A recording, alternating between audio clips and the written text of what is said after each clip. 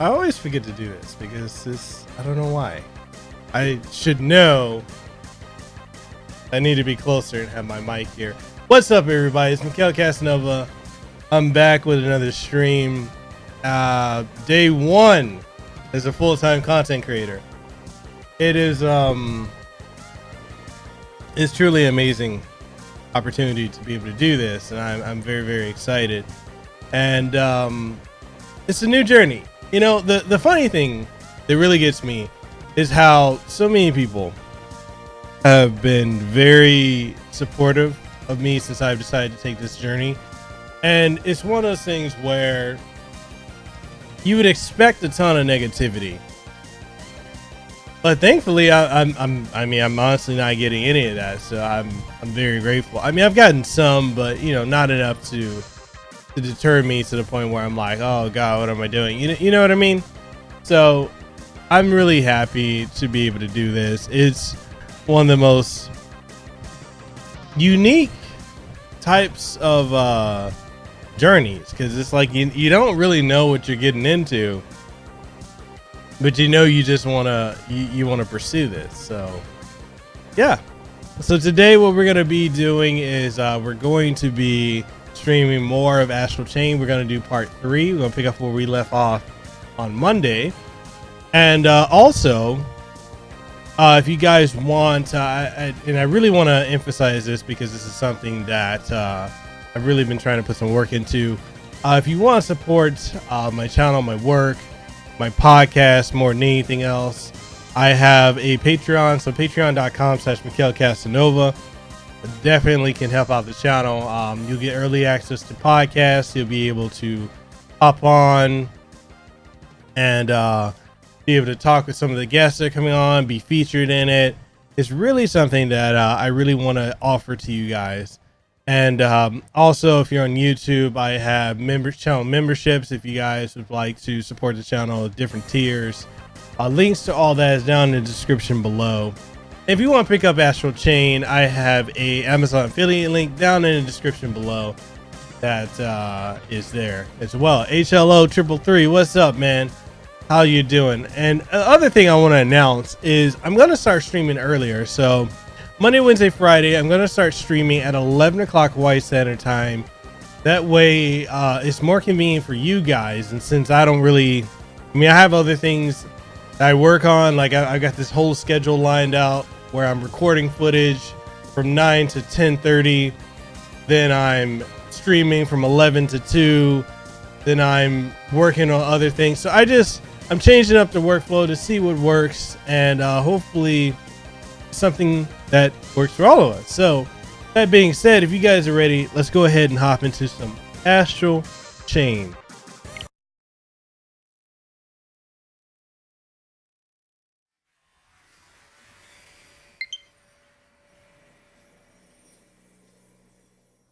Man, I've been good, man. I'm on this, you know, ever since I decided to go full time as a content creator. It's been definitely something that is new. It's exciting, but it's also incredibly nerve-wracking. It's one of those situations where it's like, wow, I'm taking a chance, you know, with hopes that this works out. But it's one of those things where it's like, I'm incredibly happy that I am taking this chance. Man.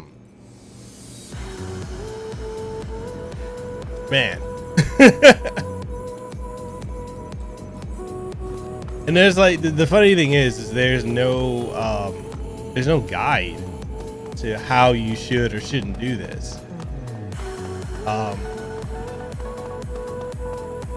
But hey, we'll see how it turns out, right?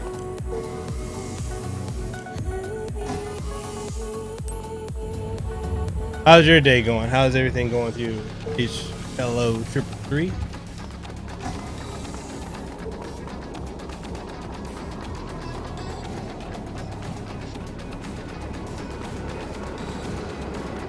So we're supposed to investigate the latest in a series of missing persons. What's up, Dave? How's it going, man? Oh, and it's in Maison Forest. So once we're done with the investigation, I can... What? If it's about that cat, forget about it. I told you, I already dealt with it. No more cats here. Nope, no more cats. Come on, let's get to work. Ready to go? Next stop, Maison Forest. What's everybody? Sorry, what's everybody been up to?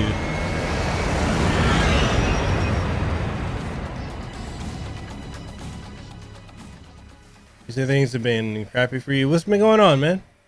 If you don't mind sharing.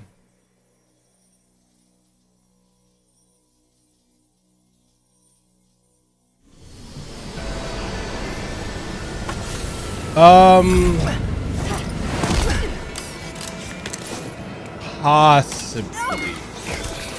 I didn't have any plans on it, but I might possibly watch it. Don't worry about it. Let's get started. Let's ask around and see if we can find any witnesses. I know some people have asked if I Just was because we're a neuron doesn't mean we get out of good old-fashioned detective work. if I was going to like stream it. This is only the latest of several disappearances in the I don't know. area. I'm not the type to really want to understandably stream not. something like that. 'Cause I feel like you can easily like just go to Nintendo's page and watch it.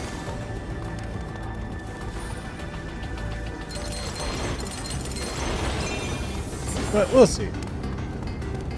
You said nothing much. You're playing God of War 2 on PS3, Path of Radiance, and Dolphin. Dope. I need to get back on Path of Radiance. I didn't get a chance to finish it.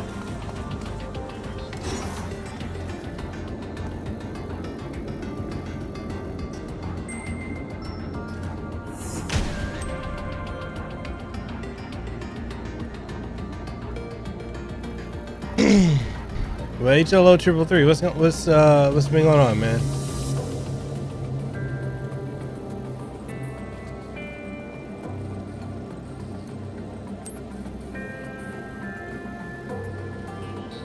In Path of Radiance, I think I was on chapter 9 last time I played, or chapter 10.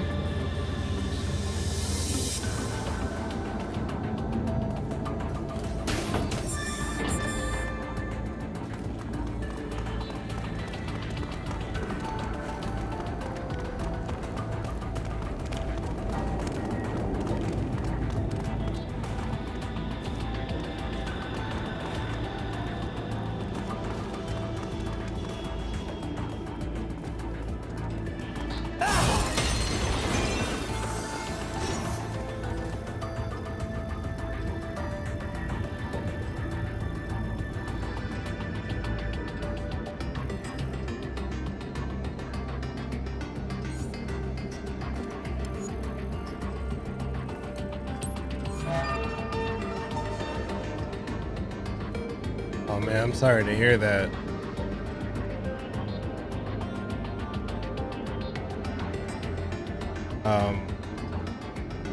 How's your friend's family? How are you holding that?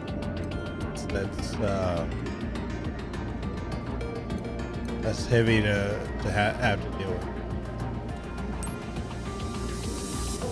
I haven't had many friends pass away. Few people I knew in college have passed away. The most heavy loss I've ever had was losing my daughter about a decade ago. That's about the extent of familiar losses I've ever had.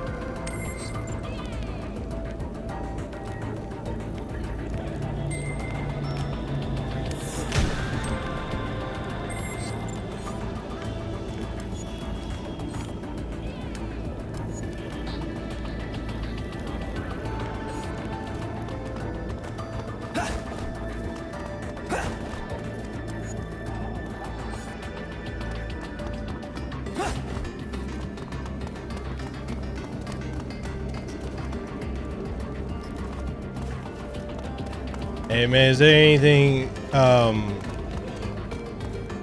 I can do to help take your mind off of it? Anything you want to discuss? Or I know that's pretty heavy to deal with, so if there's anything I can talk about or do to help out, then let me know.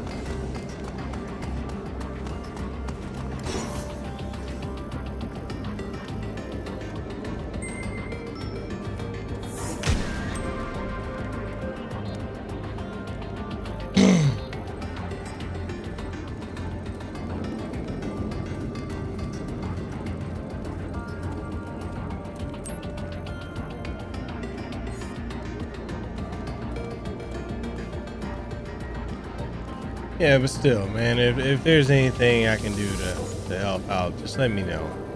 I'm here. I know it's a very hard thing to have to go through. So if there is anything I can, just let me know.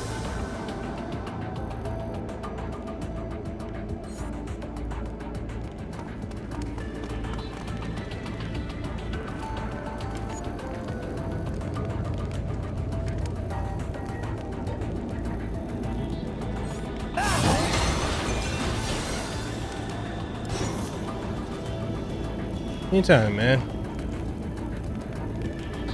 You know, going through situations like that, we gotta be there for one another. So if I can help out, if I can be there, then I'll do my damnedest to do so.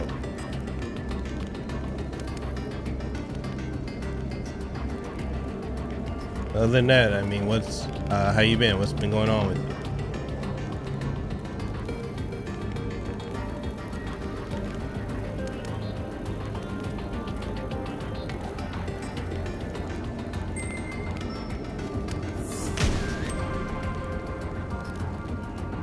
I was gonna ask, like, do you feel it's I kind of want to get your opinion.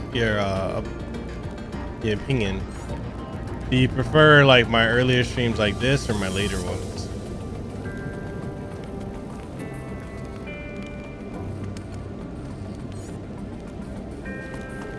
That's for all of you out there. Like, I kind of want to get all your opinions.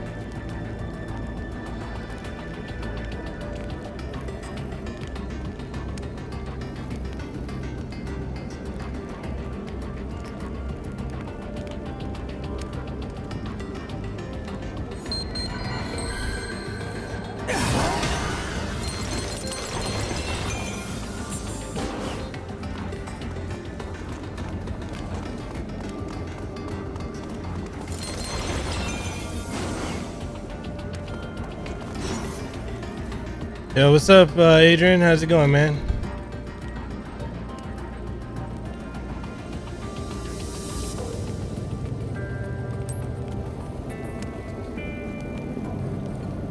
So you live a few hours ahead. So are you in Pacific Standard Time?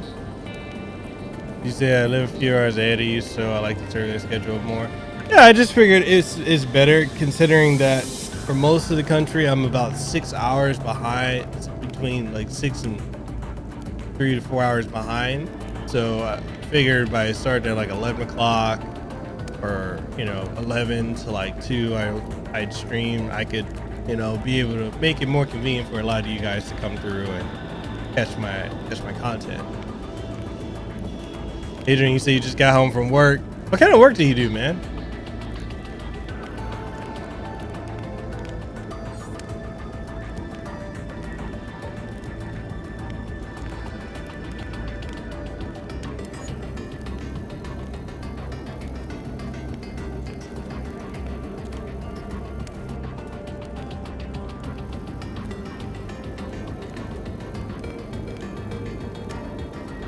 Have been good. Business and family. Do you work at a vape shop that your buddy owns? That's what's up, man. I think it's been probably like 9 years or so since I worked at a vape shop. But I know when vaping came to Hawaii, probably like 11 years ago, it was huge out here. Like everybody was trying to buy a vape. It was insane. What's up, Chris? How you been, man?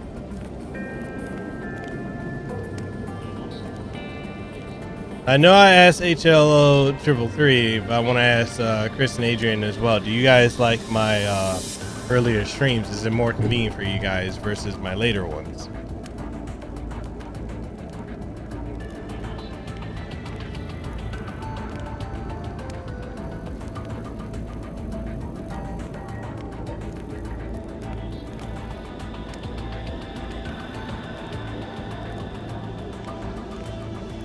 Okay, cool.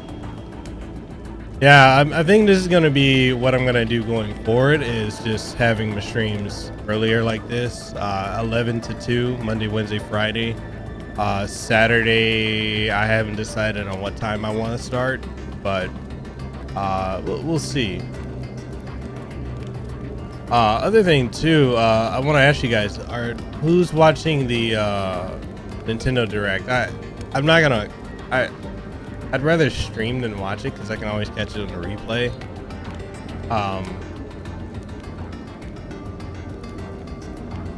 I don't know. What are your guys' thoughts?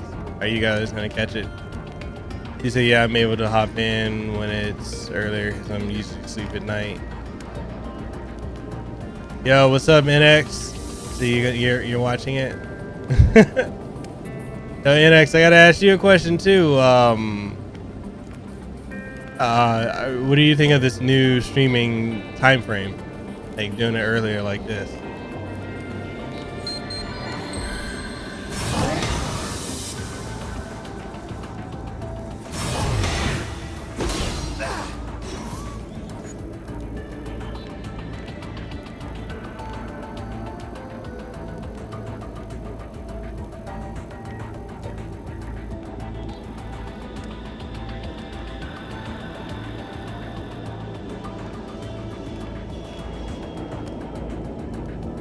I'm probably not gonna stream. Like I've never really been one to stream Nintendo Directs because I understand it's an easy way to get views, but at the same time, I just never understood the point of it. You know, why am I gonna go somebody else's stream and watch them stream the Direct when I can just go to Nintendo's channel? Other than, you know, you get to see the reactions and the commentary and all that. Not really. It's just not my thing. Yo, what's up, Tyler? It's been a while, man. How you been?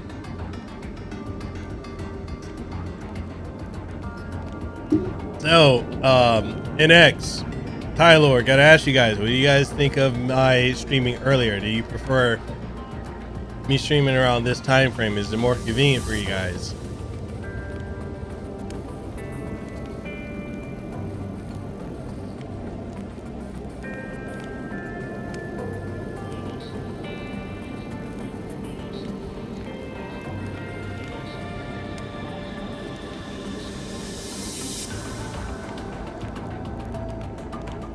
No, you don't have to feel bad, bro. It's one of the things like Lehua and I have been talking about. The fact that for us being in Hawaii, you know, we would stream later just because when we get off work, it's like 5-6 o'clock. Well, for me, it was 5 or 6 o'clock at night. And then I would also be late to it because, you know, I'm trying to make sure everything is up to date. I got to make sure all the updates on my computer are running, all that. And it was harder for me overall. But I know for her, she would get off later. Like, you know, her schedule's all over the place. Some days she gets off at 5 or 6, doesn't get home until like 7 or 8, or she'll get off at like 9-10 o'clock and doesn't get home till like 11 or 12. So by the time she's streaming, it's harder for her, and she streams exclusively on Twitch. It's hard for her to get to capture a good audience, except for on the weekends, just because you know, the time difference. So yeah, we just figured like we definitely got to start streaming earlier, and I figured since I'm doing this full time now as a, you know, content creator, podcaster, and streamer, that it makes more sense for me to start streaming at like, you know, whatchamacallit, this time, like, so 11 o'clock my time to 2 p.m 11 a.m to 2 p.m my time, which allows you know, you guys to catch it, because like you said, like in X, you're 5 hours ahead. Some people are 6 hours, some are 3 to 4 hours, so it's just more convenient overall. And Chris, he said, I'm not sure I'll be awake when it comes on though, because I've been dizzy for quite a little bit. Probably need more water in my body though. You haven't been drinking too many of the energy drinks, have you, bro? Tyler, you say you can usually only make it on Saturday late. It's just probably just because of my stream schedule, yeah. Hopefully this corrects that. Adrian, you said I'm gonna stream GTA San Andreas with music on, so I'll probably take the stream down after. Oh, did it? Oh yeah, because of the copywriting.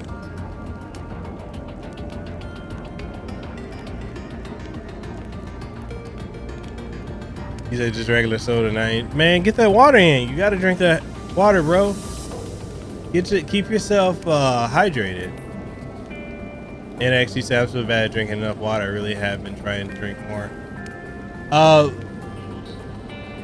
Here's a little hack. Just try and get one of those 64 ounce canteens. If you drink one of those a day, that's all your water right there. That's all you need to drink. I got that because I picked one up at whatchamacallit, I picked one up at Target, and I started off just drinking one of those a day, and then that ended up going to me drinking two of those. You kind of just got to get into the habit of doing it. And yeah, like Adrian, like you said, like, so you're drinking like 2 32 ounce bottles a day. That's what you got to do, man. Gotta keep yourself hydrated. It's essential. You got to do that for yourself. Christy said, man, I've been having a blast having a check and going out buying games. Sparkling water is okay. With anything, try to get something with a pH level of 7 or higher, because you need that pH levels. And also try to get like ionized water. Ionized water is actually better for you. And but yeah, man, I know you like having a check, but make sure you start saving a little bit up, man. Put some away for a rainy day.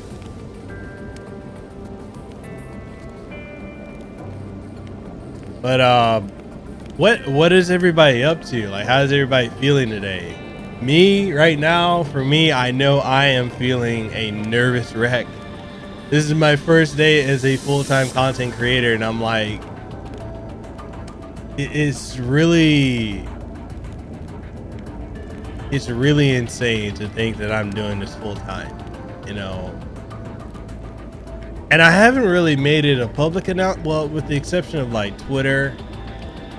I haven't really made it a big public announcement because one of the things I'm actually terrified of, I'm terrified of my wife's family finding out. Primarily because I have been the primary income maker for the last 3 to 4 years that we've been married, and me pivoting to this full time, at some point financially I'm gonna have to make this work. That's why, like, I have the Patreon, I have the YouTube channel memberships, but you know, I to be honest, I'm playing this by ear. I really don't know how to make this financially viable, but I want to give it a try because I'd rather try and say it did or didn't work out than to wonder what if. But you know, I'm really terrified because primarily my wife's family is not really the biggest fan of me, especially, you know, my mother-in-law. Really, she absolutely hates me. Thinks I'm a very irresponsible person, and you know, for this to come out and find out about this, yeah, that can be deemed irresponsible. And so I haven't put it on Facebook, just because it's like one of those situations where I'm like, you know what?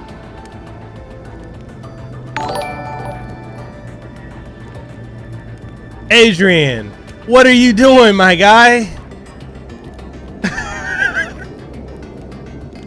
Bro, you don't have to do that, man.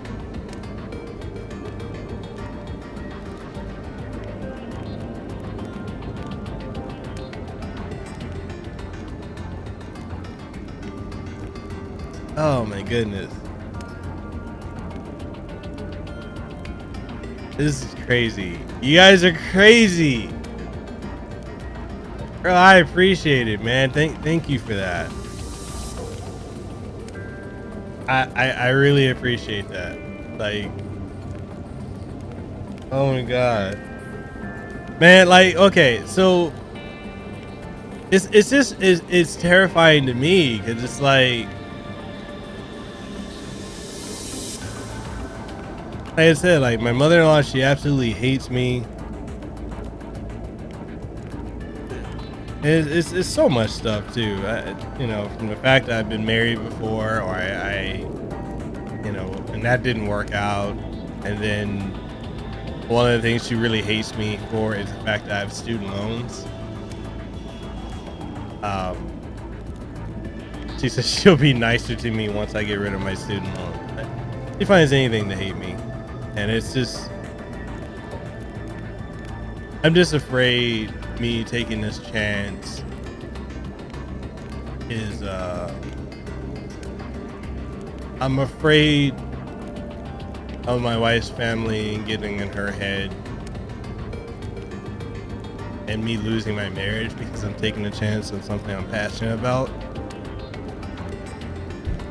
I don't think it'll work. I know Leo loves me, but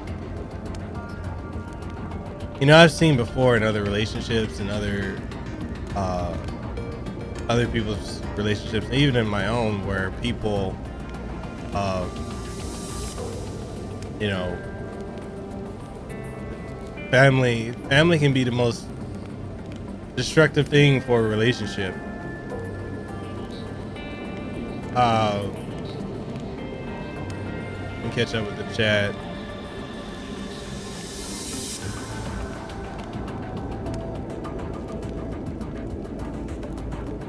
You know, Chris, you say you can see the shift in my mood. I seem more like free.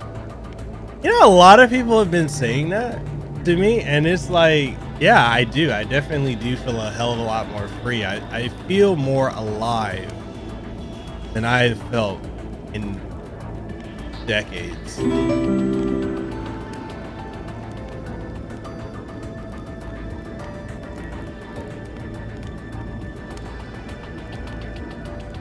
Bro, are you Are you serious? What are you guys doing? You guys didn't have to do that. Oh my god.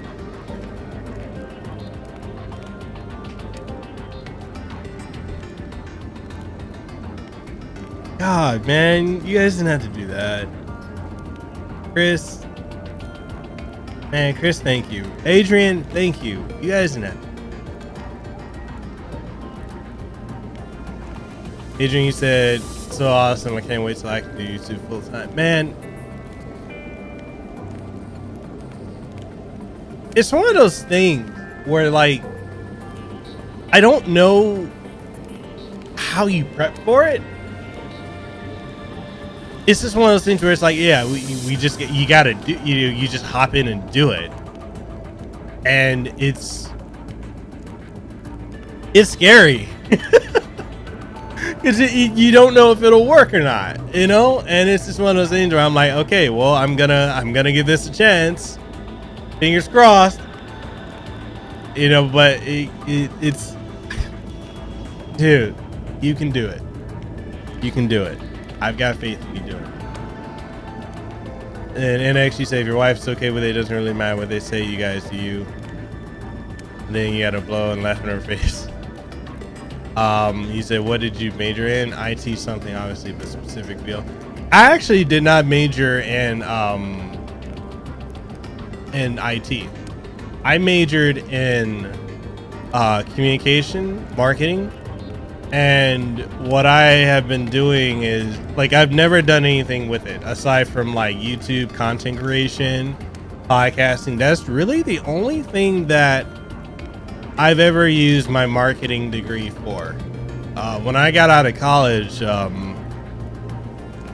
but like 10 years ago, it's been about 10 years since I got out of college.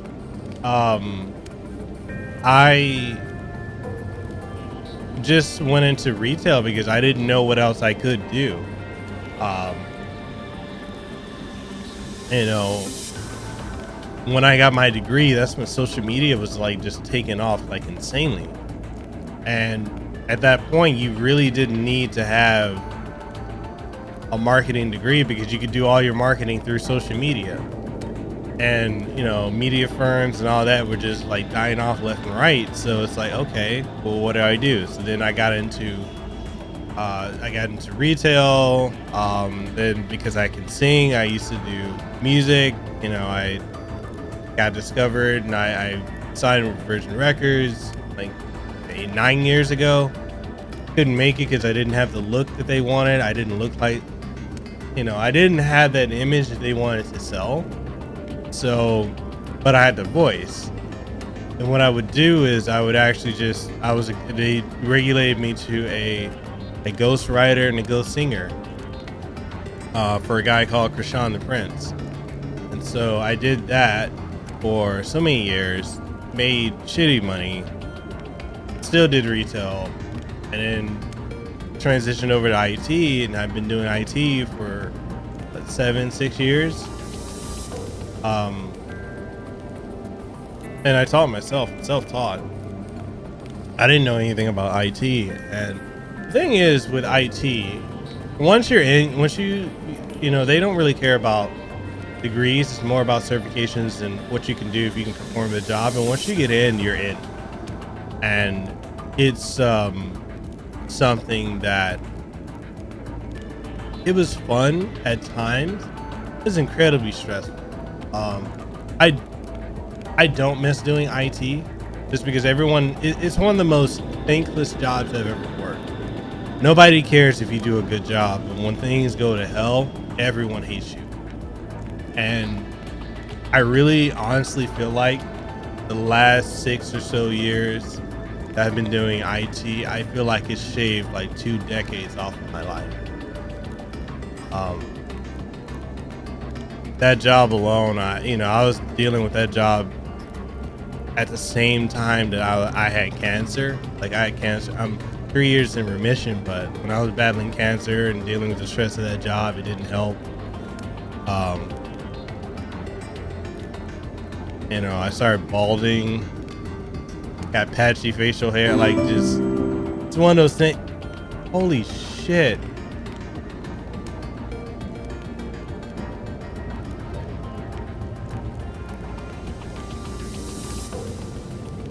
Bro, what are you doing? Sean, what are you doing, bro? Oh, man. You didn't have to do that, man.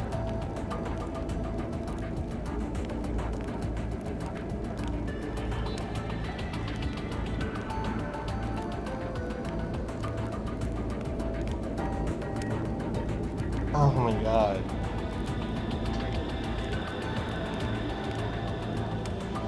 Yo, we all okay, next big convention we all need to go to it, and I'm buying everybody drinks and food, and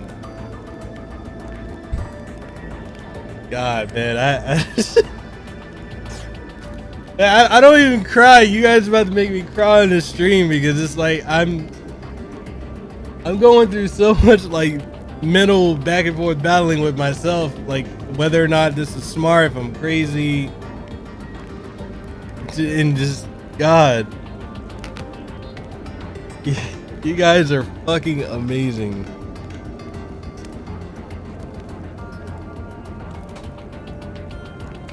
God.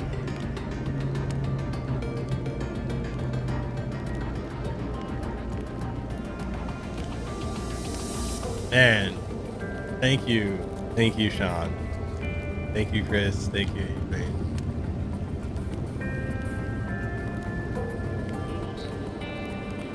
Adrian, Chris, she said, I gotta say, lifting boxes for a job isn't half bad, but I'm like basically paid for gym time. Hey, but you're young though. You can do that while you're young. Once you start getting older, man, I tell you, I feel like when I hit 28, 29, that's when I started to feel the difference in my age. And it's a lot harder to bounce back in your 30s than it is in your 20s, in your teens. He said, I'm actually thinking of going down the path for school for marine biology, which everyone found weird because I'm a game nerd. You know who you should talk to about marine biology is Li Hua. You should talk to her about it. She's done like agriculture. She knows a lot about marine biology. I think she has a lot of family and friends in it too. Great resource. Definitely hit her up. Either on Twitter or Instagram or Facebook or Twitch. However, just hit her up. Oh my.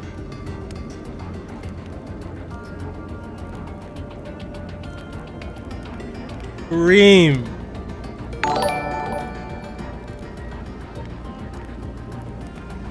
Bro, are you serious?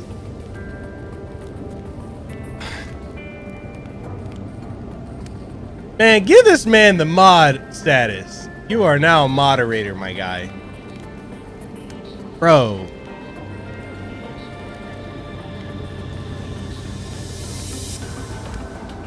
So for y'all who don't know, Kareem is he and I go back. We're friends. Like we go back to our clubbing days.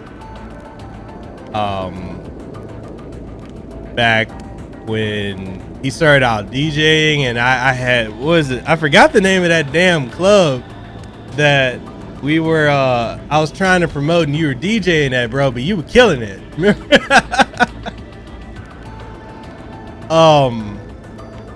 God, man, thank you, Kareem. You didn't have to do that, bro. None of you did. Y'all some crazy bastards, but I love y'all. I love y'all for that. Adrian, you said my job at the vape shop is pretty chill. I definitely won't go back to fast food or hardly. Bro, fuck fast food. I will never do that. After working fast food, man, it made it so hard for me to want to ever eat at a fast food restaurant. It took me years. Chris, you said, hey, you're always here for us to tell, so of course we're gonna be there. And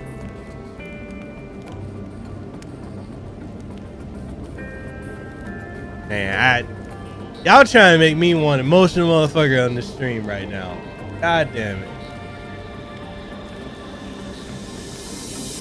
Adrian, you say hell yeah, you down for that, bro? I'm 34 now, man.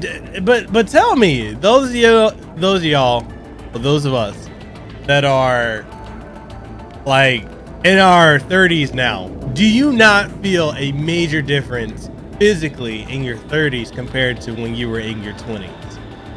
And at what point for you guys did it change? For me, like I said, 28, 29, it started hitting. When I hit 30, damn, I felt it. HLO, you said, hey Kareem, yeah, haha, much love, bro, no problem. Bro, crazy. This is crazy. Y'all, man, so you gotta do what makes you happy. You do, you know, and it's one of those things where it's like, to being in IT for so long, being put down, yelled at, you know, told that, you know, you're incompetent. And that's actually, you know, I was actually talking to my wife last night about that. And like with my current job, I would not have quit if what happened in the last 2 weeks hadn't happened. I came off of working a 12-hour shift and for consecutive days doing 12 to 15-hour shifts. And what had ended up happening was that we were doing a Windows 10 upgrade. We're upgrading a bunch of computers from Windows 7 to Windows 10. And then I had to install the application I was responsible for, which is called Pure Connect, which is kind of like, I can't think of the name of the platform. It's a VoIP platform, kind of like, I can't think of the name of it. So basically, it's an internet-based phone system. So after doing that, you know, that kind of schedule for 2 weeks straight, 6 days a week. Not Labor Day, Admissions Day was coming up, and what I ended up doing, like the day before Admissions Day, that was like last 15-hour shift, and I just got to the point where I'm like, I'm tired, you know, like I'm so tired. Where when I was driving my car, coming home from work, every stoplight that I stopped at, I dozed off. When I was driving, I was drifting off. Like I was just so exhausted. And then when I got home, I fell asleep in the garage with the car on, with my windows up. And, you know, if not for my neighbors coming over after, like, I guess seeing me sitting there for like an hour or so, they came over, you know, they woke me up, and then they asked if everything's all right. I said, yeah, I'm just tired. So I was just really out of it. And so I was supposed to double check the phone lines for the hospital and for the clinics, and I didn't do that because when I got home, like when I got in the house, I just passed out, so I forgot to do that. And so what ended up happening was the director for telecom, not telecom, but the director, yeah, I'm glad they woke me up too. That shit could have been fatal. Well, you know, the call center director, when, you know, the following day, she called me. She's trying to call me, but I didn't answer my phone. And so what ended up happening from there was, for like an hour, the phones were down, and they couldn't get me. So they contacted my boss at the time. He didn't understand what was really going on, and then ended up calling my other phone, which I finally did wake up and answer that phone. And then when I talked to him, and the call center director called me, and she was just bitching me out about what's going on. I had to come down here to the call center. The phones have been down for an hour. What's going on? And then I'm half asleep, but then I wake up, I was like, oh shit, I need to make a change. And so what I ended up doing was, like, while she's bitching me out, which is a common thing, These directors, they don't know their ass from a hole in the ground, but they know how to bitch you out and tell you how you don't know how to do your job. So what I ended up doing was while I'm being bitched out, I remoted into our the call lines, and I made the changes I was supposed to make the night prior, and then everything was fixed. I fixed it literally within 2 to 3 minutes. And then, she hangs up, had to bitch me out again. And then my boss is like, yeah, it's not good, but we'll deal with it on Monday. And so, later on that day, like I after that I was up, so I just went ahead, and I was supposed to be off that day. And I decided to get up and go to my job. And I went to my job just to make sure everything was okay. And I double checked the call center, make sure all the lines are working, there's no issues. And they were saying, there's nothing wrong, everything's fixed since I fixed it. But they told me, like, yeah, the director came here and she was not happy, and she was saying all this and that. And I'm like, and I had this gut feeling that just because I fell asleep and forgot to make the changes and to check the lines for the holiday hours, I had this gut feeling that, yeah, I'm about to be fired. Regardless of the fact that I worked 12 to 15 hour shifts for 2 weeks straight, like 2 weeks, 6 days a week, it didn't matter.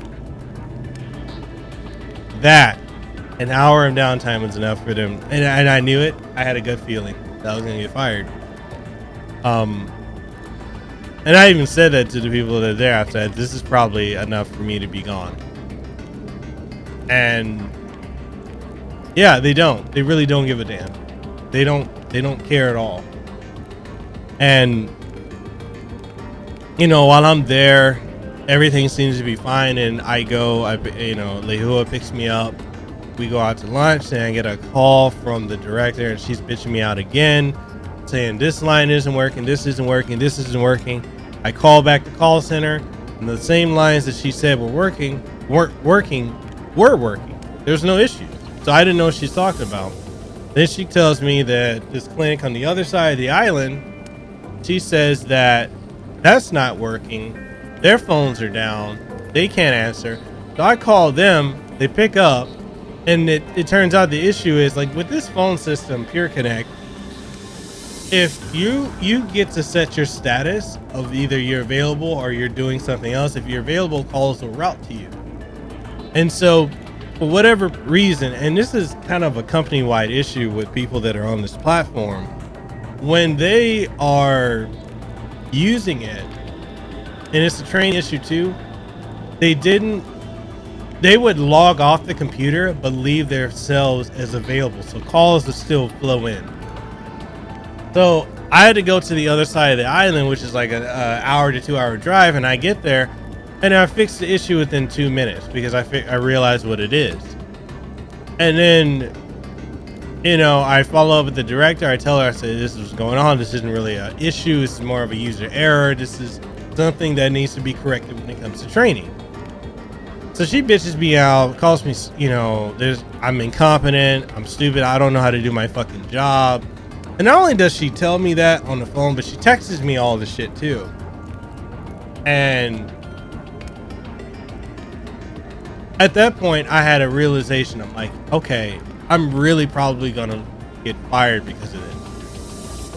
Because she's the type where if she has any ability to bury you, if she gets in any type of trouble, she looks at the first person she can throw under the bus to get herself out. And she even texted me. She said, I don't like having to take responsibility for situations that occur, even if I'm the one who's responsible for it.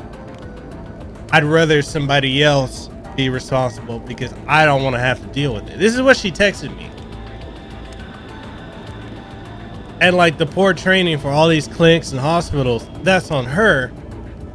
But I'm the one who gets thrown under the bus. So the director above her, she throws me under the bus to that director.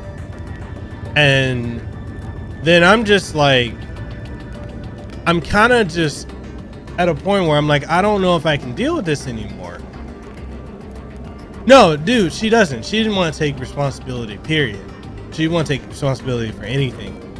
And she threw me under the bus to her director she reports to, the VP of Straub Hospital.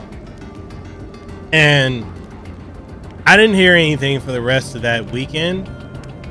But when Monday came around, when I went to work, I went in, I told her, I talked to her, I told her, I said, look, I apologize for not taking responsibility and fixing the phone lines for the holiday. When I got home, I explained to her, I said, it's human error. I got home, I was tired. I just came off a 15-hour shift. I was dozing off when I was driving. I was dozing. I passed out in my car, my keys, the ignition and all that. I said, I fell asleep. I forgot. I'm sorry. It won't happen again. I'll make sure to set an alarm or something to make sure that I don't, that doesn't occur again. And all she said to me was, okay. But for that entire day on Monday, the week after admissions day, everybody in the call center avoided the fuck out of me. Nobody would talk to me. Nobody would come around me. She avoided me. And it was just weird. There's that tension. That tension, you know it's there and you feel it, but you don't really know what's causing it. So I felt it. And I just was like, okay, I know something's up. I'm not going to focus on it. I'm just going to just do what I do. And just do my job, try to do the best, just not think about it. Okay, it's water under a bridge. I'm gonna move on. So half an hour before I'm supposed to go home, I get called by my boss to meet him on the 8th floor and then walk over to his office. He just came out of a meeting and I'm like, okay, what's going on? He said, well, I was in a meeting with Mary Lou, that's her name, the director. I was in a meeting with her, my boss, the director above her, above the call center director, and the VP of the hospital. And I'm like, okay, well, what is all this for? And he's like, well, this is just to discuss why you made such an error to, knock out the phone line, why the phones are down for an hour. And I'm like, well, I already explained to her, it's human error. I made a mistake. I came off a 15-hour shift. I was tired. 2 weeks of that will wear anybody out. I was literally asleep. I go to work, come home, pass out, wake up, and go back to work. Like, I didn't have any ability to have a life outside of that. And so, he was talking to me about the situation. He said, look, what ended up happening was the call center director, she was pushing to the VP and her director that there are two options to reprimand me. And it's either going, like, I get written up in every thing that I work on, every project that I work on. I'm observed and watched, and I have to document literally everything that I've done and then have it signed off on, or get written up and a final warning. And I've never been written up ever in my years with this company. I've never ever been written up. And so the other option was I would be fired.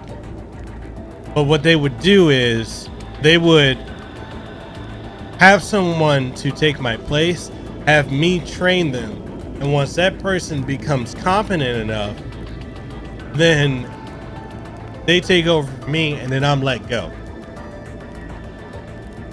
And so that is the situation where the VP, her director, and the director of call center decided that that's what they were going to do. I was going to get written up. They were going to bring in someone for me to train. And then once that person was competent, passed the test, then they were going to fire me. My boss and his boss didn't agree with it, but the two directors and the VP have way more power than they do. And so I was like, wait, so for one mistake, the only mistake I have ever made in this company, after the years that I've been here, this is what I'm gonna get fired for? And he's like, well, we're gonna see what we can do. I'm like, I said, so there's not an issue with me working 12 to 15 hour shifts 6 days a week and being on call 24/7 and not having a life or having a work-life balance or being able to do anything outside of living and breathing this job.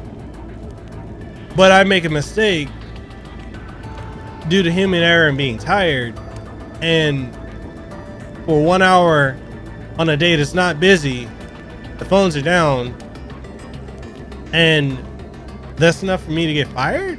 Because he's like, well, she was under a lot of pressure and a lot of heat from her boss, the director she reports to. I was like, okay. I said, so what are we gonna do? He's like, well, I don't feel right writing you up. I'm just going to observe you. And so I'm like, okay. I said, if this is how it's going to go, I'm not too sure if I can just in good conscience stay with this company, because I have busted my ass for you guys for years. I've been here for so many years, and I've slaved away and done everything to make things run smoothly. I've sacrificed time with my family, sacrificed my own health. I'm running off of caffeine and energy drinks just to stay awake, just to do all this for this company. And over one thing, you're willing to let me go? And he just kind of was like, I was like, all right. Okay. So then I go home, and I'm really depressed about it. So I go home, talk to Lehua about it. I tell her what went on. Lehua's like, babe, just quit. Fuck it. Just go full time as a YouTuber, content creator. We'll figure it out. We'll pull out loans if we have to. I'll get another job if I have to.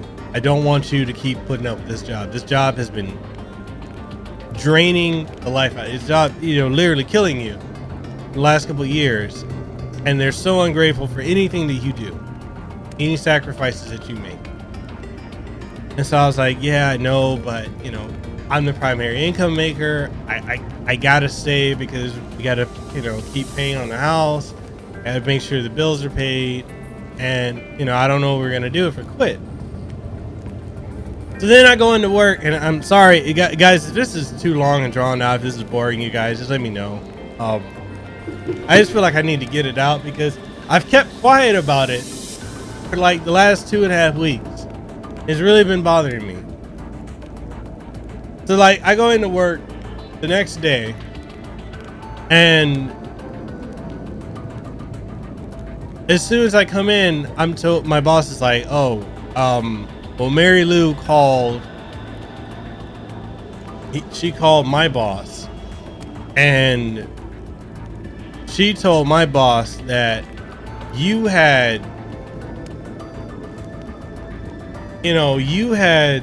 been walking around and spreading rumors about her, saying that she's out to get you. I was like, wait, when did this happen? And he's like, yeah, she texted my boss at like 6:45 in the morning, said that you had been going around the call center and in different departments telling them that you had, that she was out to get you, and you were just spreading this rumor around. I'm like, wait. I said, wait, I haven't said anything to anyone. I'm like, everyone was avoiding me. I said the only thing that's ever happened was like people came up to me to like fix something on the computer, but that's it. Like, I haven't said anything about anyone. Like, what is she talking about? I said I was, and even on top of that, I was barely there.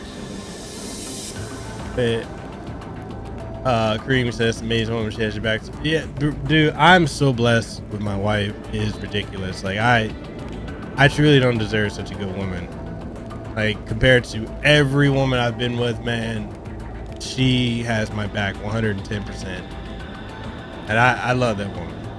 I love her more than anything. So, yeah, so like what, you know, my boss said, you know, that had happened. She said that all these rumors were started. And then he's like, well, I don't know what's really going on, but, you know, let's just have you sit down here in my office for a little bit, let things blow over and cool off. I'm like, well, what needs to blow over and cool off? I'm like, dude, I don't know what's going on. I'm like, I said, dude, I haven't talked to anyone. Everyone's avoiding me and I'm barely there. I'm working with another department to do their upgrades. And then later on that day, I had people from the call center start like hitting me up on Instagram, on Facebook, telling me that, you know, oh, some stuff's going on, but I didn't respond to it because I'm like, yo, I have no idea what's going on, and I don't want to be caught up in anything. And I feel like I'm in a bad situation because I'm the only guy in a department full of about 75 women. And y'all already know, and especially in this current Me Too era, I could be caught up real quick. I could be caught up in a situation like that.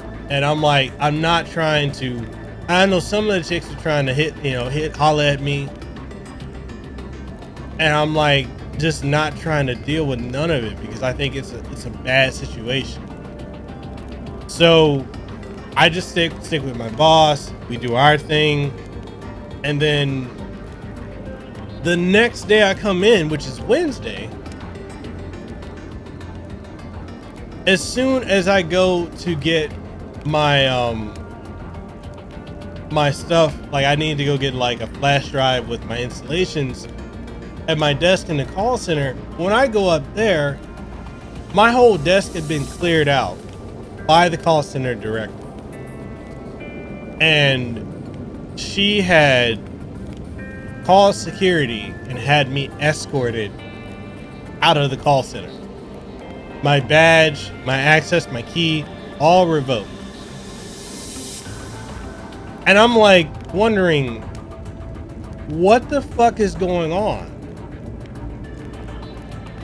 And at this point, I still haven't said anything to anybody. And then that happened. And then, dude, that's what I'm saying, dude. I don't know what's going on. Other than, okay, well, backtrack. Okay, when my boss, on the first day, when my boss had told me that whole collaboration where they wanted to fire me, I told my boss, and sorry I left this out, I told my boss that the director had said I was incompetent, called me a fucking idiot, and I showed him the text messages and everything. I told him what she said to me on the phone. So he took it to his boss, and his boss and him went and talked to her, confronted her about it. She denied it. So from that point on, and I'm sorry I left it out, from that point on, it just kept escalating. This is when all this shit just started happening more and more and more. And, you know, I got escorted out of call center on the Wednesday. All my desk had been cleared. Most of my stuff had been thrown in the trash or shredded. And I was banned effectively from the call center. And then I'm trying to figure out, again, why is it escalating to this point? Yeah, they do. They always deny. They always deny. And so, you know, then I go and I'm just working from his office, because at that point, they don't have any ability to really put me anywhere. You know, they can't put me in, you know, really any other department because there's no room. So then I had to take the supervisor's position, supervisor's desk in the telecom office and sit with my boss. And I just started working out of there. And then literally then that day, the end of Wednesday, I had 2 other managers from the call center approach me saying that they got cornered by the call center director, and told that, you know, they had interrogated, like, oh, did he say anything to you? Did he say anything? And that the call center director had been going around doing that to everybody. And I'm like, I don't know what's going on. Like, just because I don't trust them, I don't know what's going on or what anyone's going to say or do. I'm just like, look, I don't know. I don't know what's going on. I haven't heard anything. I'm just, you know, I don't know. So then that escalates again. The next day, I come in, and then there's claims that I was harassing some of the female staff. And I'm like, wait, how could I harass them if I wasn't even in the department to begin with?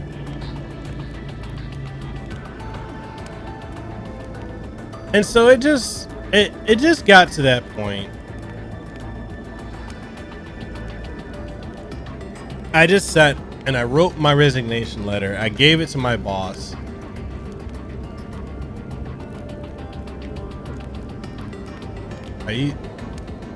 Wow. Lehua, are you watching this the whole time? Thank you for that, Lehua. I don't know why you did that, but thank you. I love you, girl.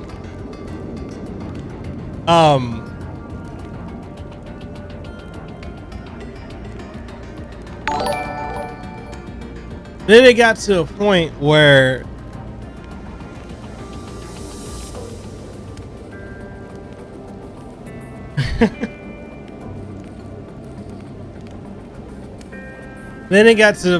like I just had enough, and I just turned in my resignation. I told my boss I can't do this anymore. I give you 2 weeks. September 3rd will be my last day. I'm tired of being harassed like this. And everyone who's watching, Lehua Superfinger just did the membership. That's my wife. My rock, my backbone, and my world. And I'm so grateful that she, you know, stood by my side through all this bullshit I've been dealing with for years with this company.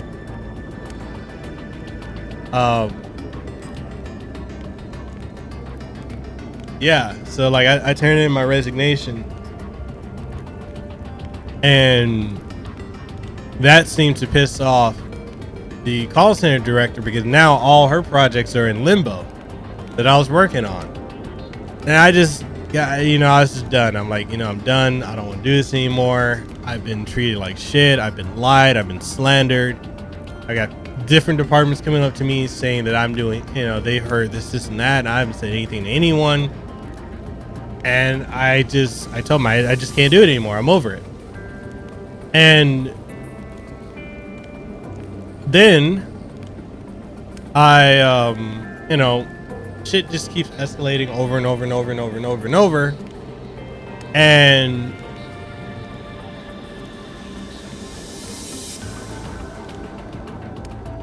then last week on Thursday, I'm told that I'm going to owe $8,000 Initially it was $10,000, then they said $8,000. I was gonna owe $8,000 to the company, Hawaii Pacific Health, for quitting before my 2 years was up. This is what I was told. Because they invested training and all this resources into me, and I did sign a contract. The thing is, I signed a contract August 16th of 2017. At this point, it was August 30th. So I'm like,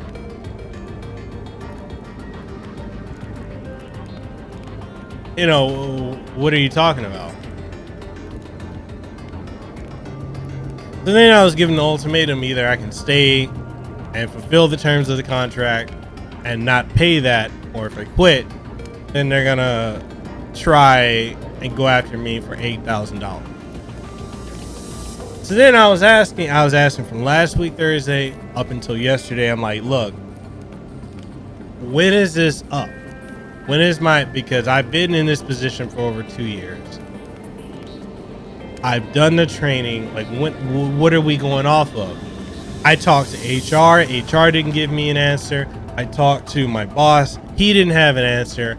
It went above him to the IT director. That person didn't have an answer. I'm like, look, it's like you're trying to keep me enslaved and hostage. And everyone's giving a different answer. Nobody's on the same page. I need to know, like,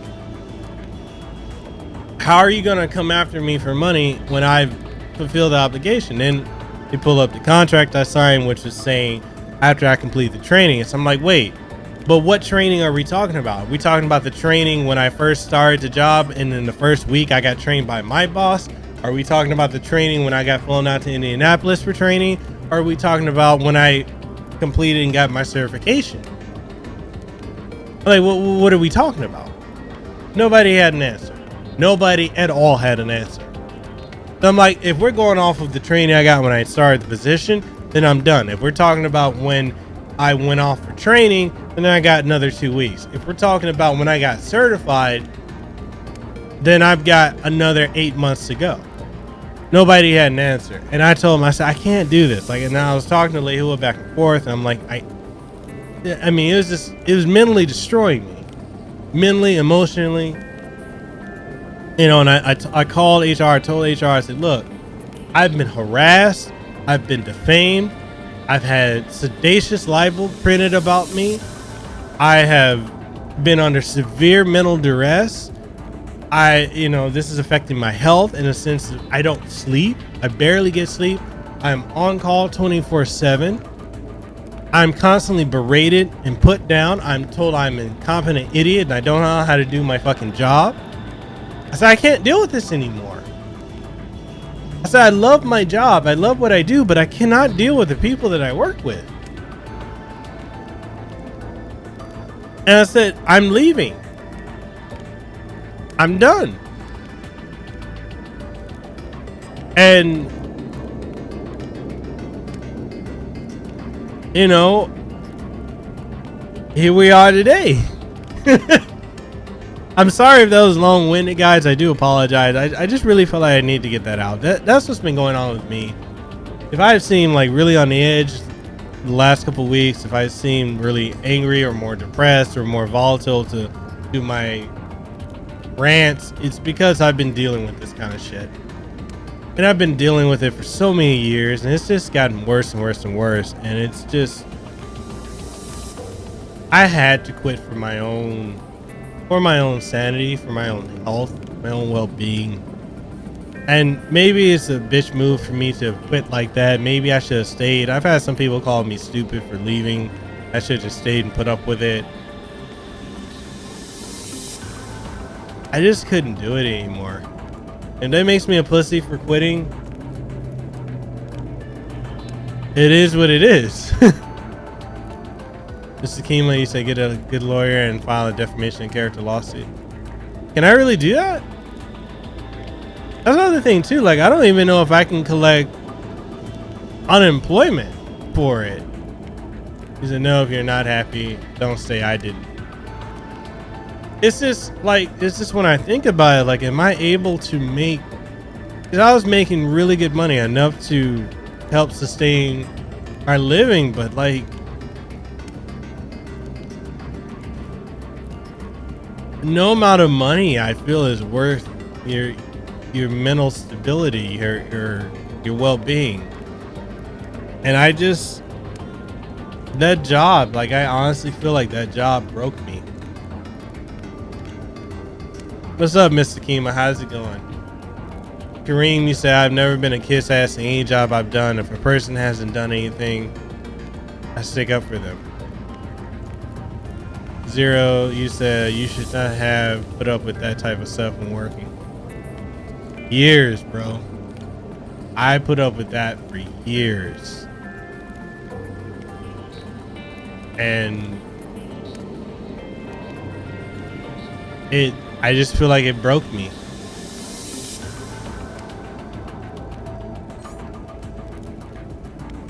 Iris startup.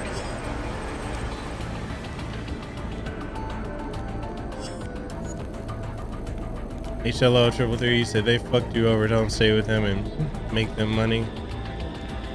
There's literally, I just felt like I was just making them money or working a job, allowing them to abuse me. And the funny thing is, I feel like nothing's gonna happen because it seems like all the higher ups in Hawaii Pacific Health are like that. Not all. There's some really good ones. A few reached out to me, but because when I quit, my quitting is negatively impacting them because my role is so pivotal. But kind of like what Lehua said last night, it didn't feel like my role is pivotal because they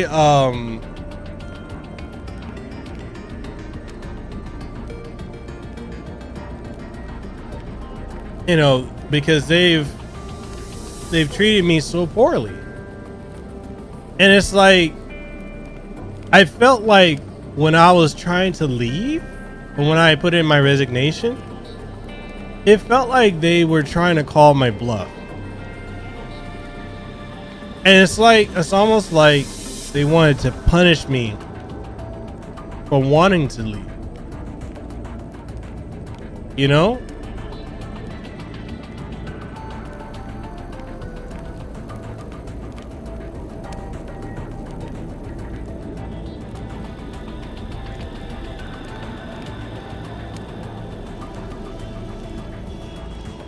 Like, I know my situation is kind of an extreme one, but have any of you guys ever been through any type of bullshit like that with a job before?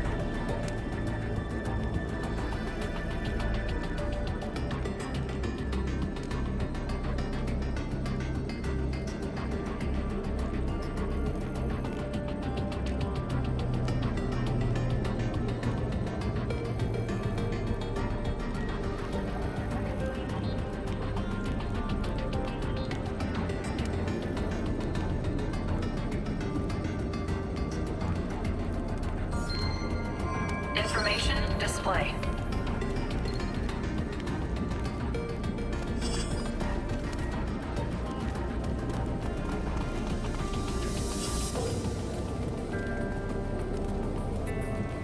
Kareem, what are some of the situations Shut down. you've been through?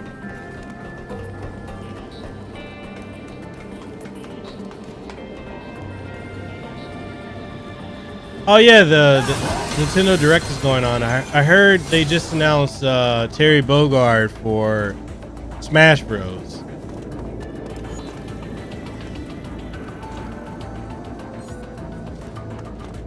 And Deadly Premonition 2. Did they just announce that or something?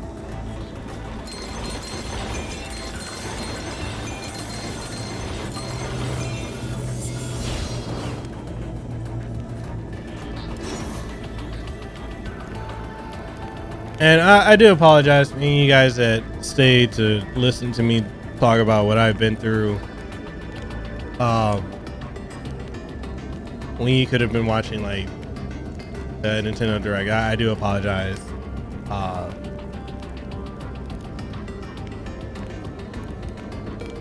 Zuri said, yep, I love the trailer for Terry. Kareem, he said, I was a teacher and they tried to pin some stuff on me that never happened. Got investigators involved. Pretty much bum rushed me.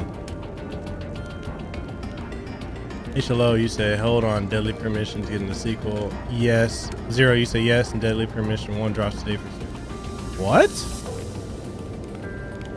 Oh, wow. Wait, Kareem, they really tried that bullshit?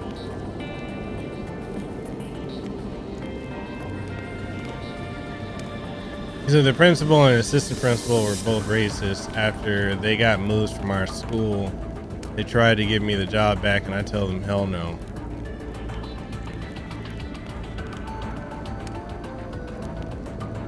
Wow. Zero, you said SNES games are online starting tomorrow. 20 games. Damn. Dude, that's the thing too. Like, even with like my job, I know they're really gonna. There's probably gonna be an attempt made to get me to come back. I would never take that job back. One of the things, and I don't think he's in the chat or here today, but my friend Fabian, aka Gamer Thumb, one of the things that him and I had talked about, like with these jobs, like it's just getting to a point where it's like you'll never do it again. You'll never work that type of a job that will treat you like utter trash. And I'm just there. Like, I will never do another job in my life that will ever treat me as horribly as Hawaii Pacific Health did. And it's like when you're there, everyone tries to make like you got to be grateful that you're there, because if you're not grateful,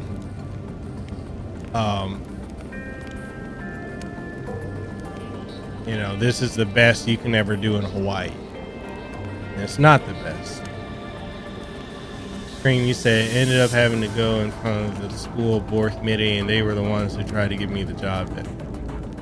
Bro, fuck them motherfuckers, man. That's some bullshit.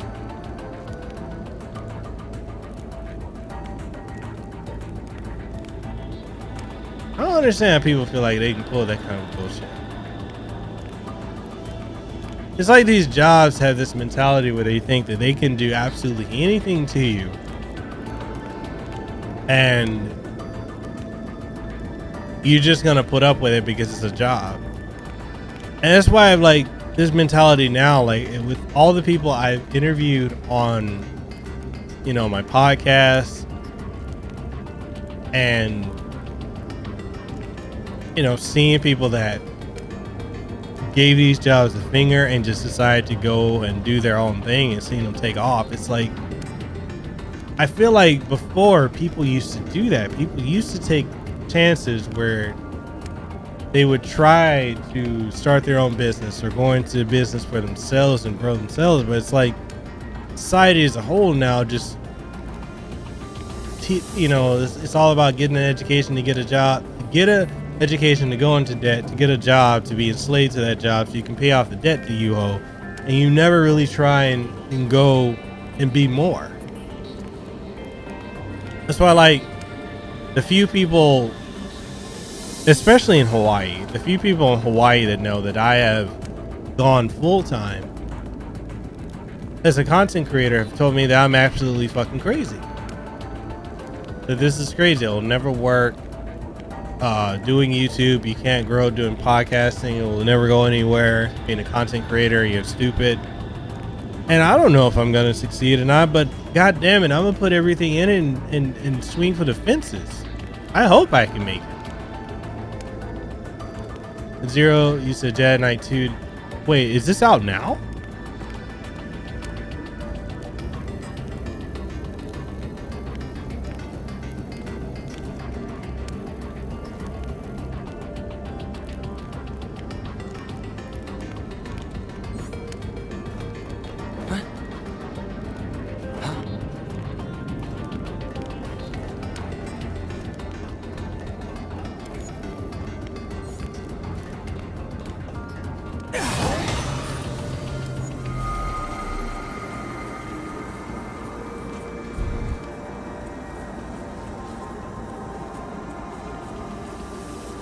Wait, so All this is on the eShop right now.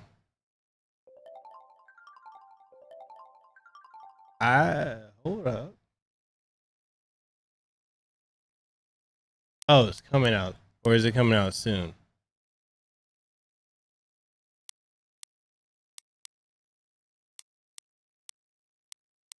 Oh, River City Girls. If you guys like brawlers, this game is phenomenal. I'm actually reviewing it. I am loving that game.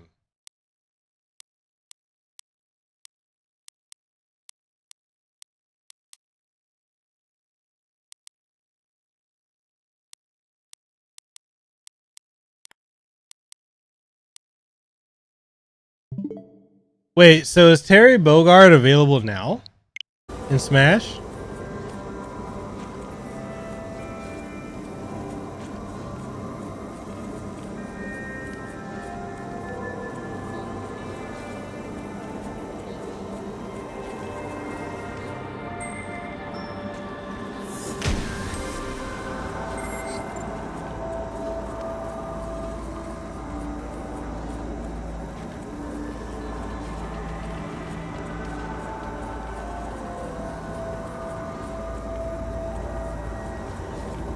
Oh, cool, cool. That means I might have to get back into playing Smash. I had to ask you guys, would you guys like for me to do some Smash Bros streams? I know I haven't done one in like a long time, but I'm curious, like, would you guys be interested?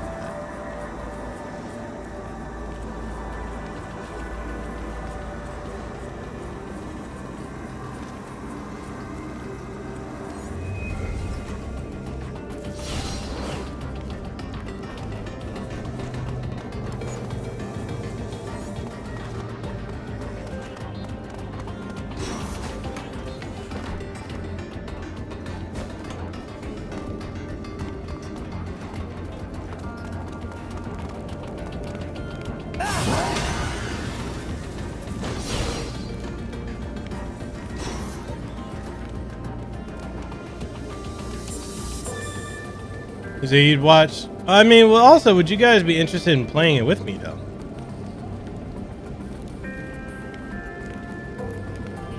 And we can have like a community Smash tournament.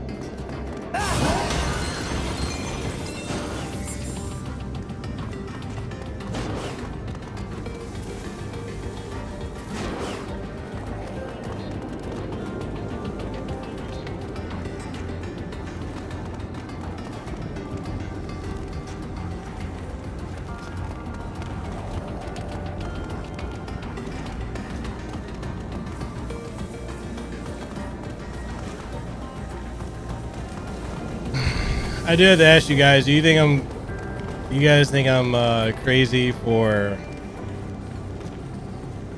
quitting my job and deciding to do like YouTube and all this stuff? Like, is it crazy? Am I?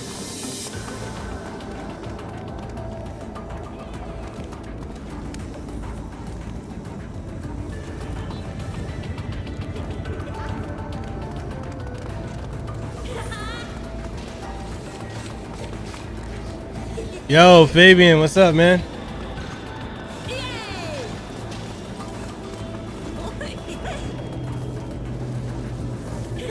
So Terry Bogard got announced.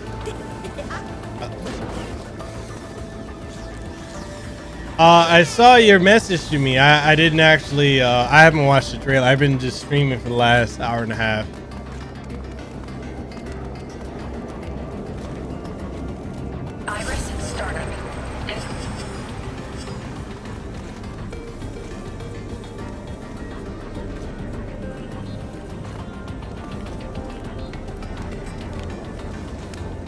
HLO said some of the most successful people did a lot of crazy shit.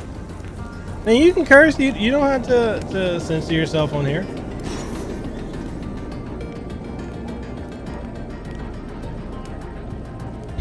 Man, I'm not trying to go on another rant about Smash monkeys.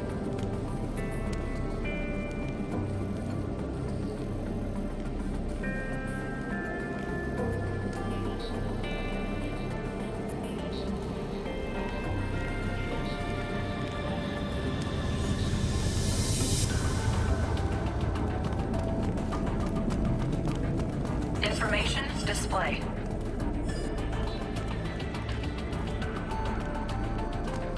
Information display.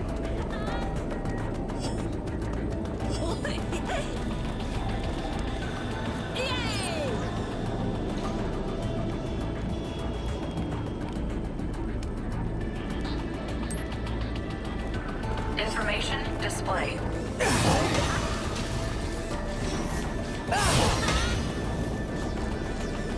Iris shut down.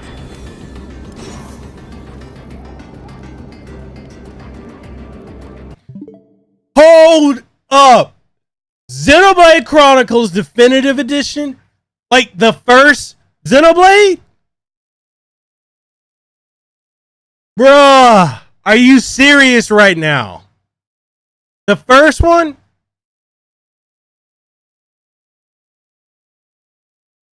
Bruh.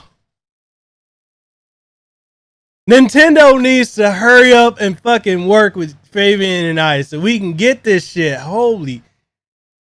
I don't want to end the stream to go and watch the direct, but god damn, Nintendo, y'all killing it.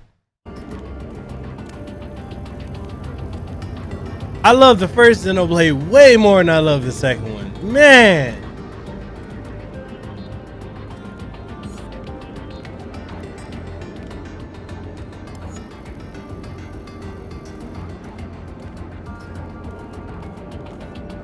Literally.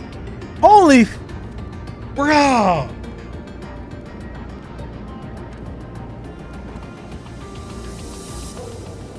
I love the first Xenoblade. I got it on the Wii. I got 2 copies.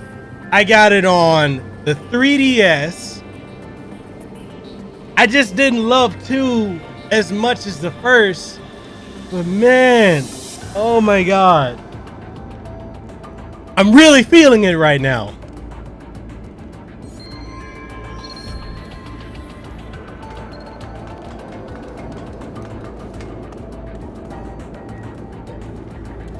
But Fabian, the only thing, like I've really done on the stream so far, I talked about the situation that happened with my job, with how they, you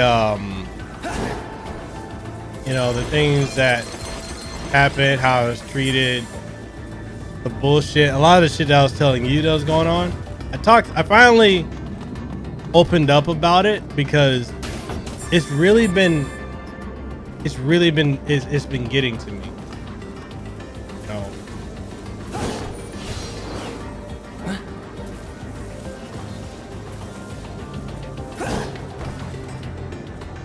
Iris startup. Iris shut down.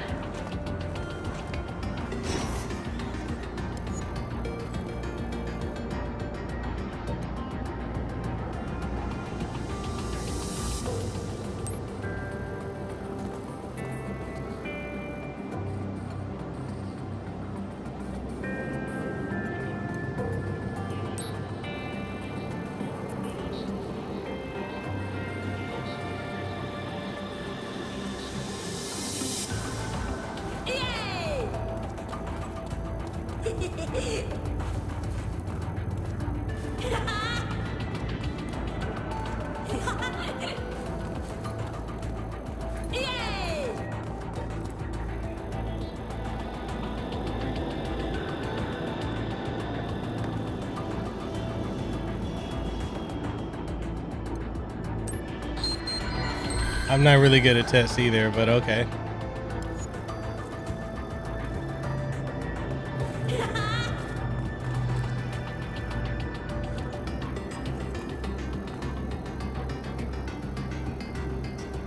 Zero, is the definitive edition, is it digital only or they have a physical collector's edition? Man, don't make me pull up my Amazon and start going and trying to shop. Y'all about to... Man.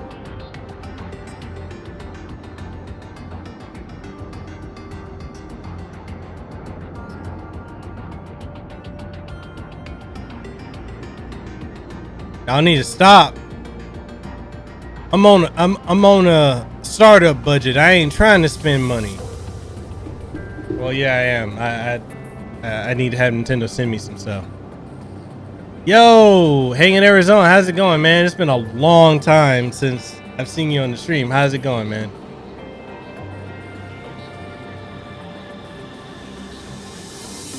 See, here are the rules. Each of us will tell you something, but only one of us will tell the truth. You have to listen, remember, and figure out which of us isn't lying. And we'll all tell you stuff like, hey, he's lying, he's telling the truth, but only one of us is telling the truth. When we're all done, you'll have heard all you need to figure out who is telling the truth. Let's begin. I'll start off. I'm the first brother. The fourth brother is a liar. I'm the second brother. The fifth brother tells the truth.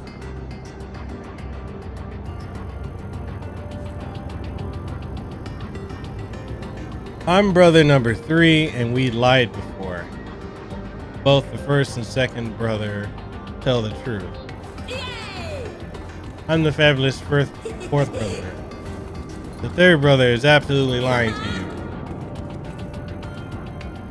Number 5, I tell the truth. Number 3 does too.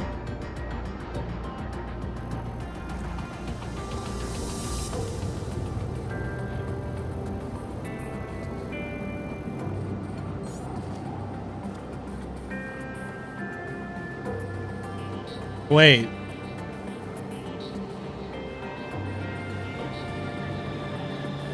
I'm so confused right now. What am I supposed to do? Earnest, timid, snotty, peppy, and quiet boy.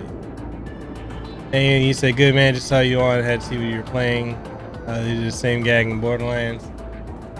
Yeah, man, Hang in Arizona, I wanted to ask you, is it actually more convenient for you to come through on the streams with me streaming earlier like this as opposed to what I was doing before?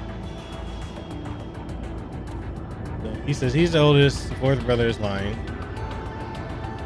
Second brother, the fifth brother is telling the truth.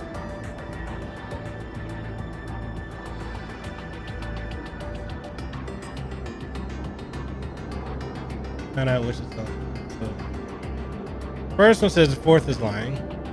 Second says fifth brother is telling the truth. Fifth brother says him and the third telling the truth.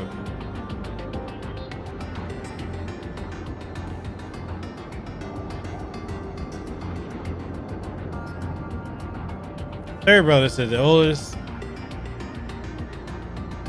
and the second are telling the truth.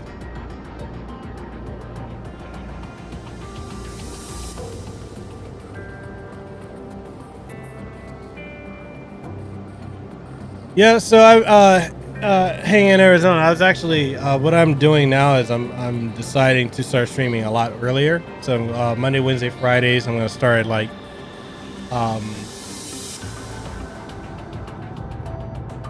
I'm gonna start at 11 o'clock in the morning, and then Hawaii Standard Time, and finish at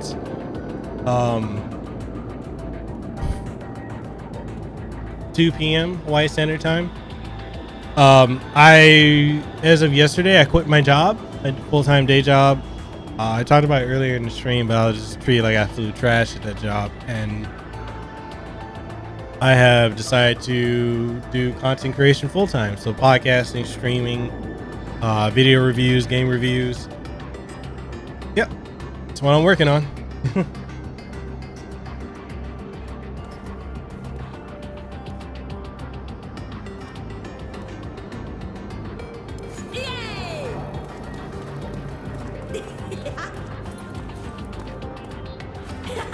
NX, I've heard some, but you gotta let me know, bro. Xenoblade Chronicles definitive edition. I heard you got Terry Bogard and Smash. Banjo's dropping later today. Jedi Knight 2 is dropping. Deadly Premonition 1 is out today and 2 is dropping. What else have I missed?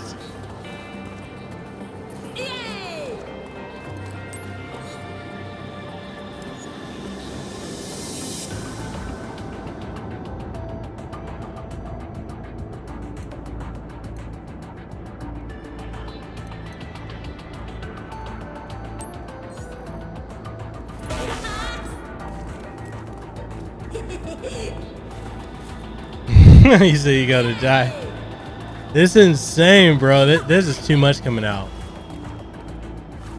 Hold up!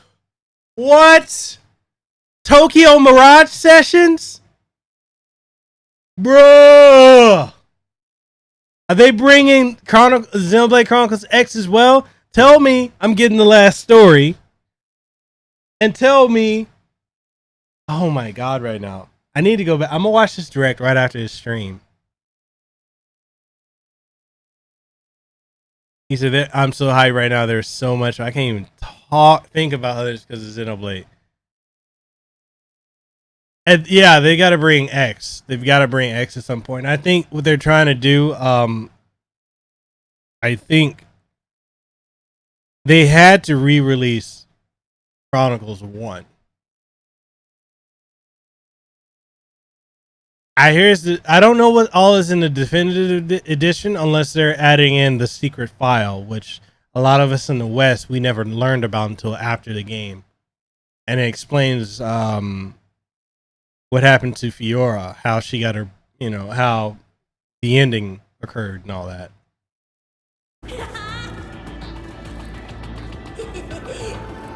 And let me see if this joint is up on Amazon. I need to know right now.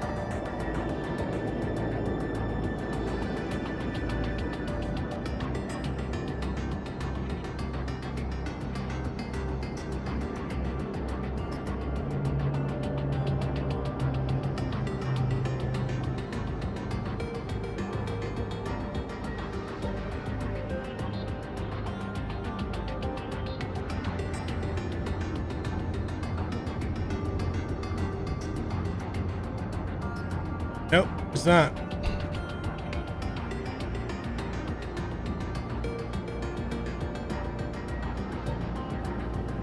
Did they improve the graphics of Xenoblade Chronicles with this definitive edition, or is it the same graphics as the Wii version?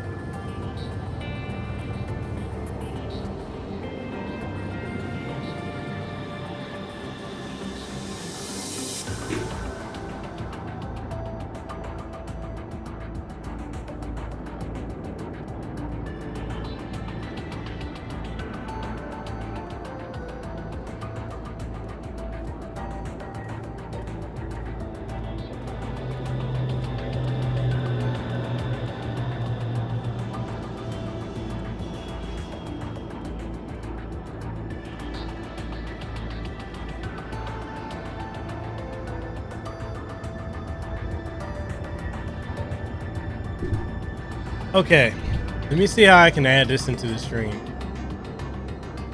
I need to see this.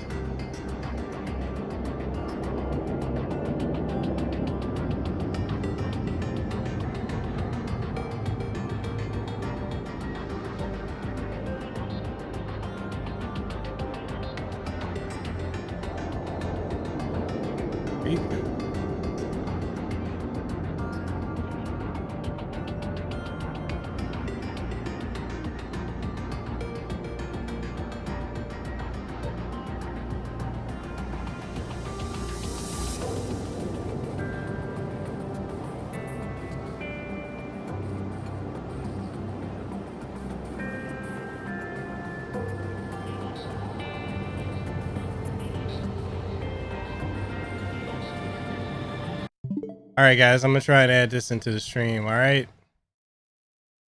I need to see. All right, let's see page. Drop it in.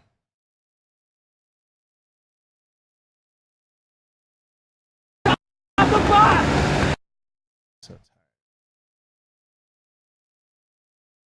All right.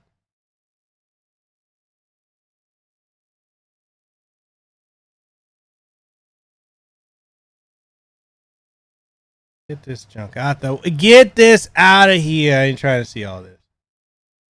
All right. Let's see his trailer. Let's see his trailer. Get this shit out of here. I'm trying to see his trailer.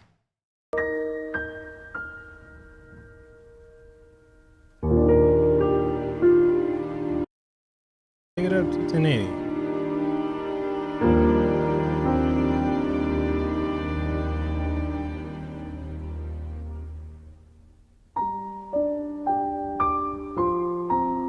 Whoa, they upped the graphics? Do you wish to change it? Huh? The future.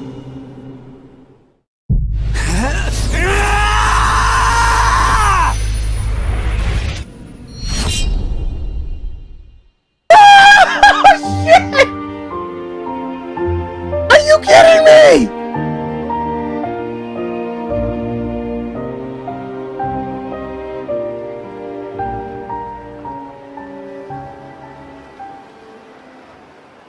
Oh my god!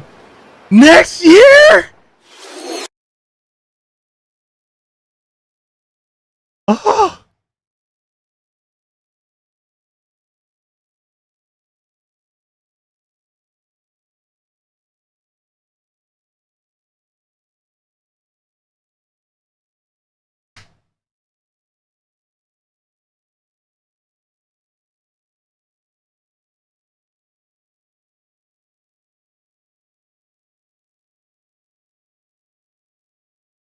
Oh god. Terry's Jesus.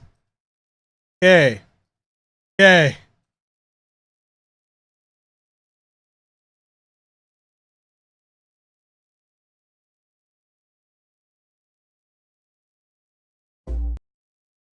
Oh my Jesus. Oh my Jesus! Xenoblade looks beautiful.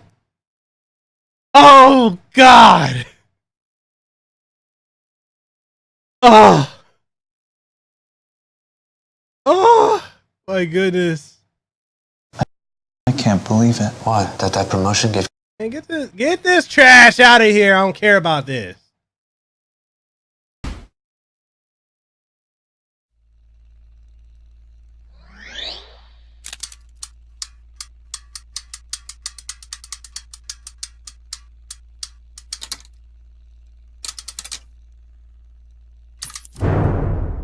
Neo Geo? Okay. Okay. Oh, the nostalgia right now.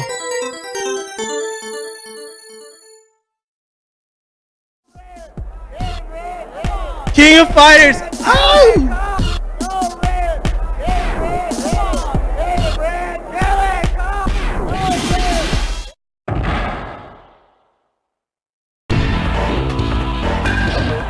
Ryo Sakazaki! Oh, he couldn't get it either. What? Gaze!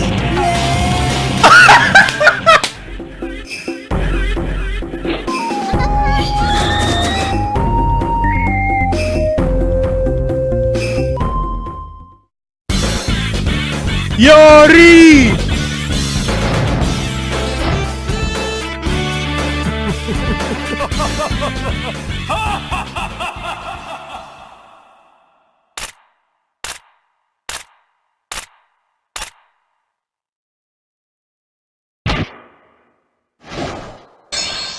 Okay!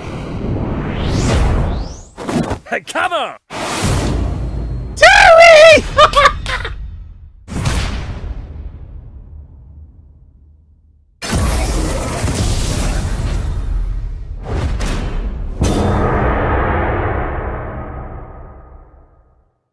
Oh god.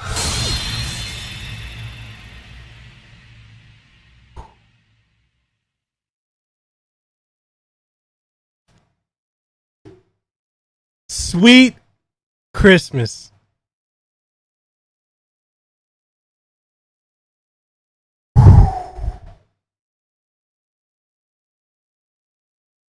Oh my God. Guys, my hype levels right now.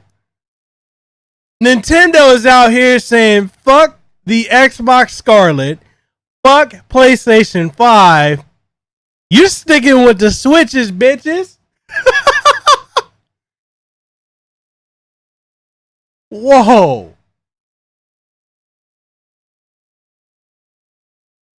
I'm seeing a lot of people that are resharing like or streaming the direct, and a lot of people are getting like a lot of views from that. I want to ask you guys, is that something y'all want me to do? Reactions to the directs or these press conferences? Because I know before it wasn't my style, but if that's something y'all want to see on the channel, definitely let me know if that's what y'all want me to do. Oh man. Oh man.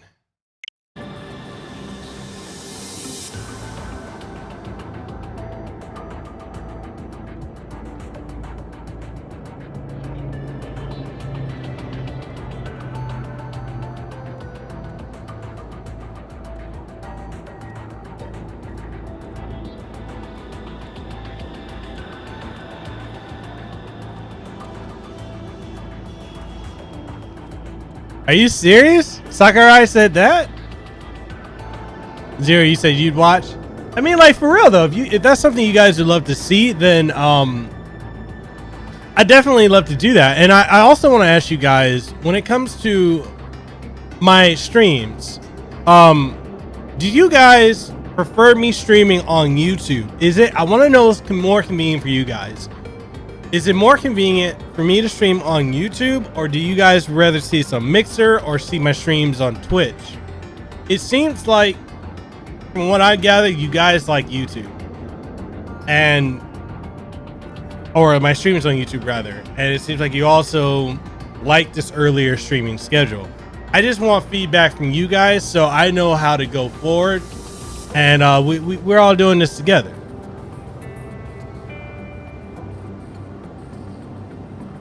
HLO 333, you say I use YouTube more.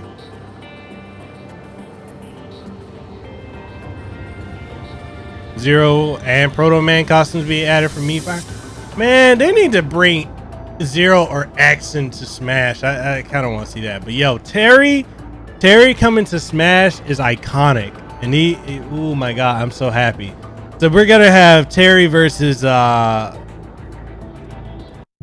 I'm gonna ask you guys this. Any of the fighting game fans out here, tell me not that you get the feeling that Capcom versus SNK 3 is probably going to happen rather soon. I've got inside information that everything is going on right now is happening, but can y'all see from like everything that's been going on with Terry being in Fighting EX Lair, the SNK girls all-star game, and SNK coming back with King of Fighters 14 and 15, Samurai Showdown, SNK characters in Tekken. Can y'all see it? Can y'all see it? I think honestly what's actually going to happen, I don't think it's going to be just a Capcom versus SNK. I think it's going to be like a crossover game in general. Tekken, Street Fighter, King of Fighters, and Virtua Fighter. I believe this is all because Project Cross Zone, Namco Cross Capcom. I see it's some. I know something's in the works, but I don't think it's just Capcom versus SNK.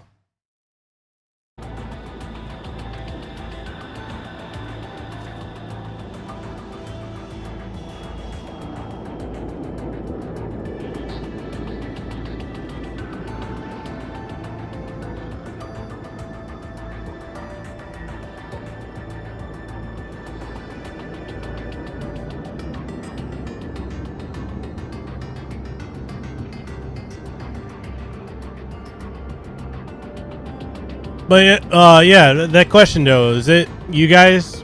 Would you want me to exclusively stream on YouTube and have this stream schedule going forward of 11 to 2 o'clock my time, Monday, Wednesday, Friday, and then on Saturdays as well? If that's something y'all would like, please let me know.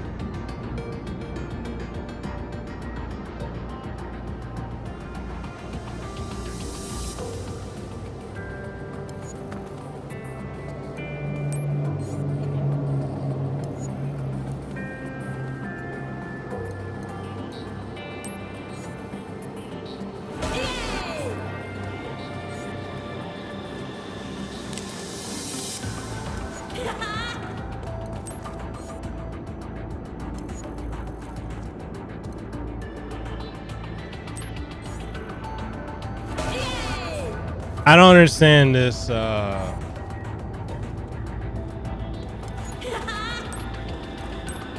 don't get this one. I'm gonna go with the fourth.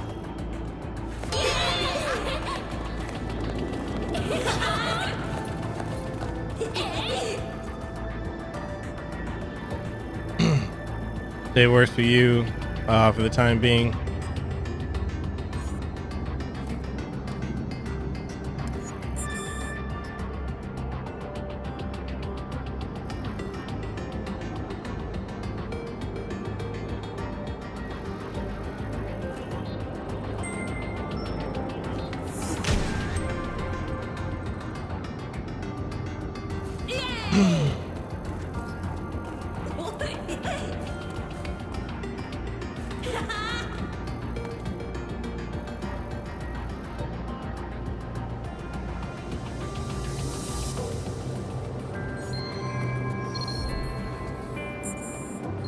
All right, so we're gonna stream for about another hour. If you guys are still gonna be able to stick around for that, I appreciate it. If not, it's cool. No worries about it.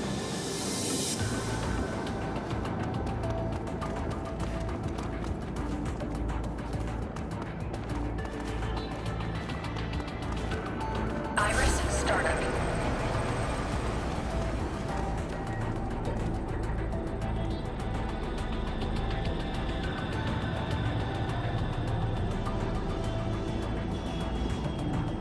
Iris shut down. Iris shut down. I mean, I'm willing to make YouTube my primary Iris startup. Iris shut down.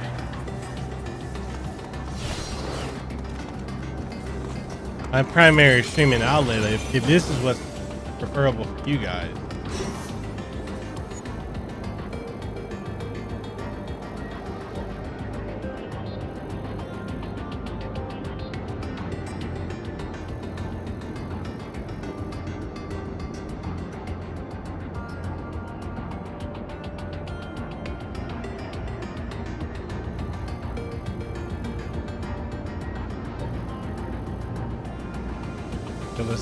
Phyllis, wow, you went biblical.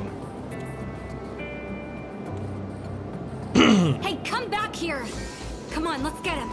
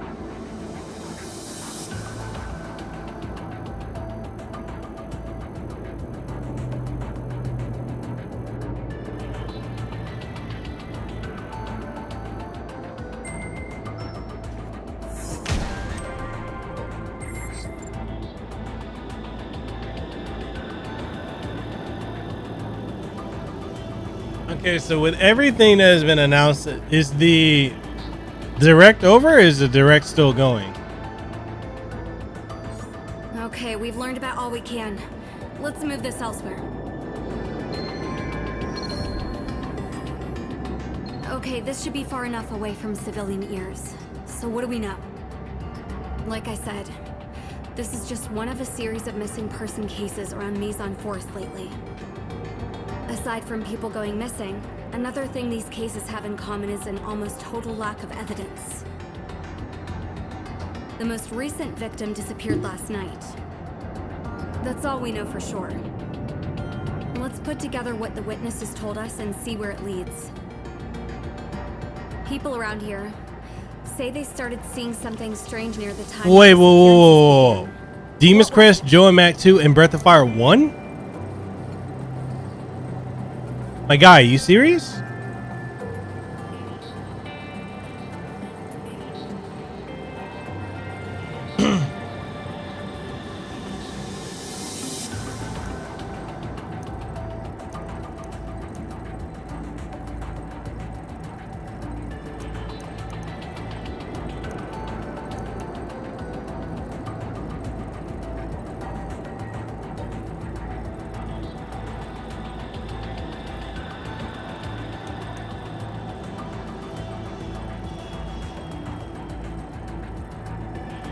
My goodness, that is insane.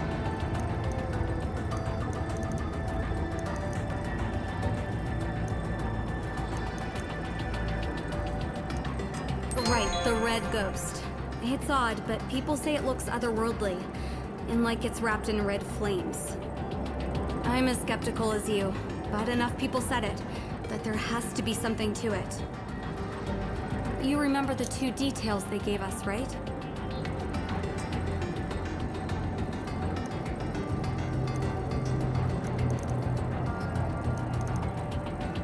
Oh, what were the 2 details? I don't remember.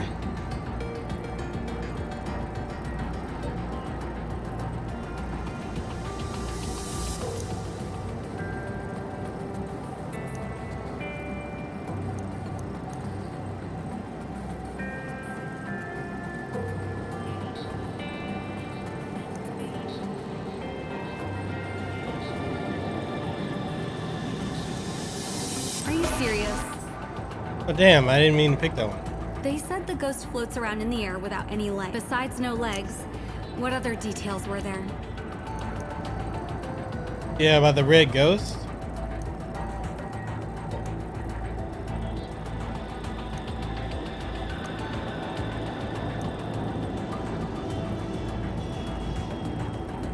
A hole in the chest sounds like a believably ghostly detail.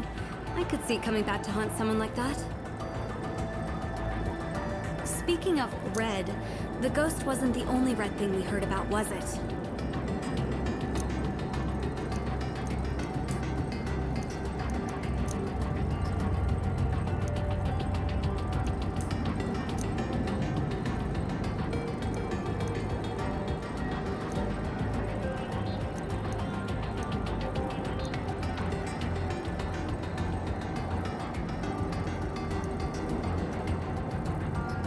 Right?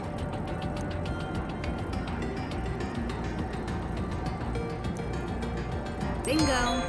Evidently, that's where our friend the ghost comes from. Are you thinking what I'm thinking? That's gotta be a gate. Let's see. Our ghost has been up to more than just kidnapping. What else did it do?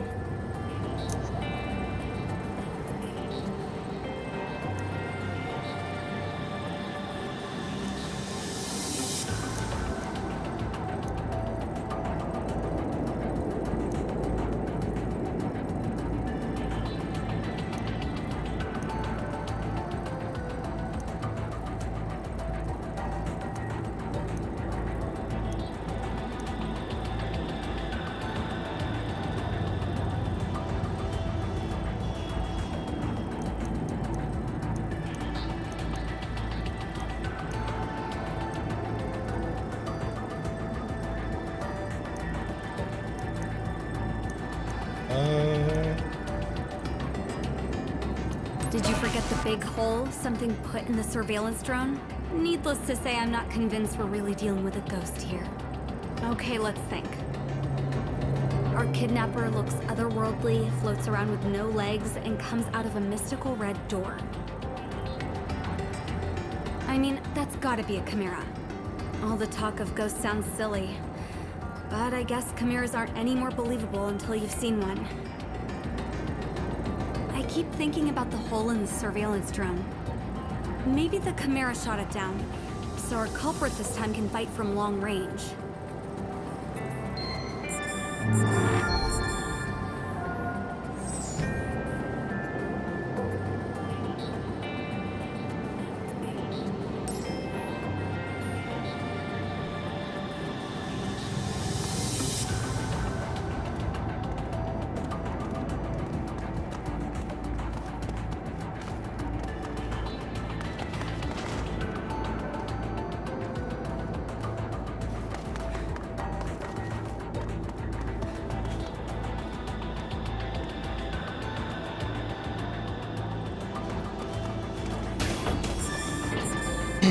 There's a part of me that is hyped that they're redoing it.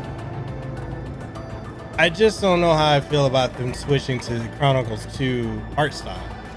I like the art style for one.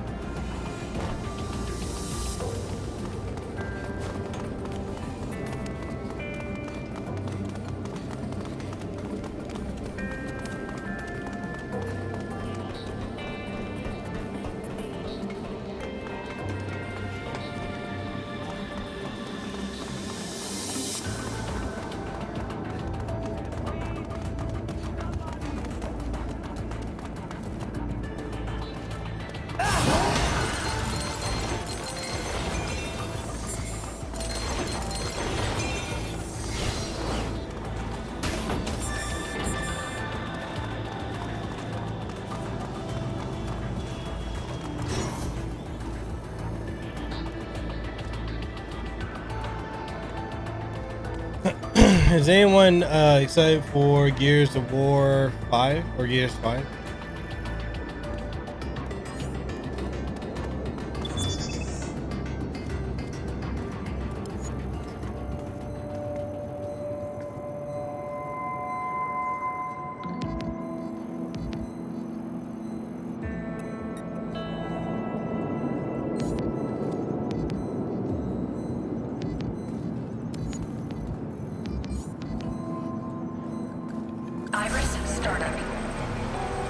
This must be her bag.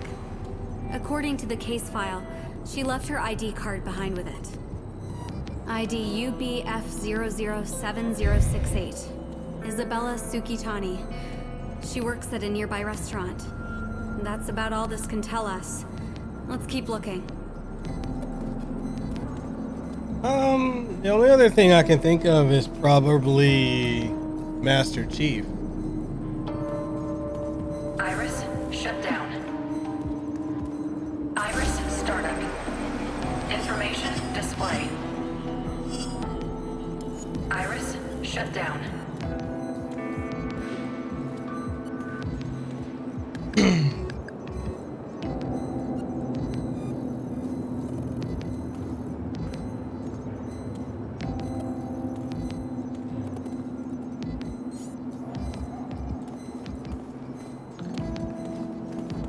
Yeah, that's the only thing I can think of is it just me, or is the ground here red shifting?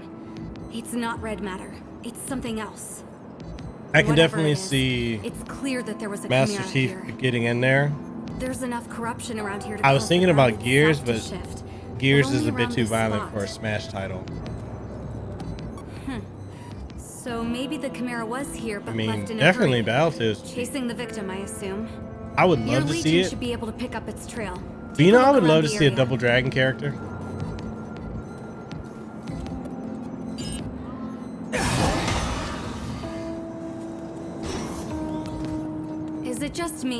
Whatever it is, there's enough. Your Legion.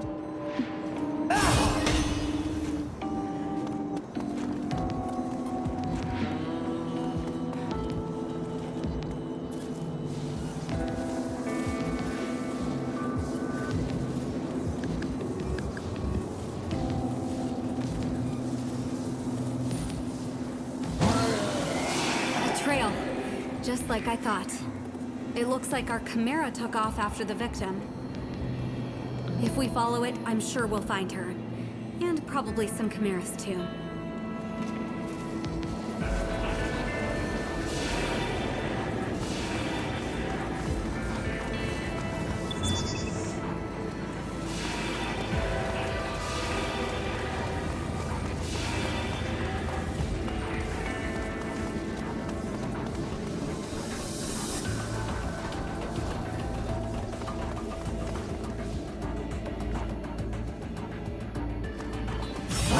Can you imagine if they brought in the toads and I'm stuck in here. Please, somebody, help me. the toads and the turtles? They did like a crossover. I think that would be awesome. Oh yeah, there is a new Double Dragon in the works. I don't know if they announced it on the direct, but the River City Girls is prepping them for a new Double Dragon title. It might be a new Double Dragon Neon title, just because of how poorly Double Dragon 4 did.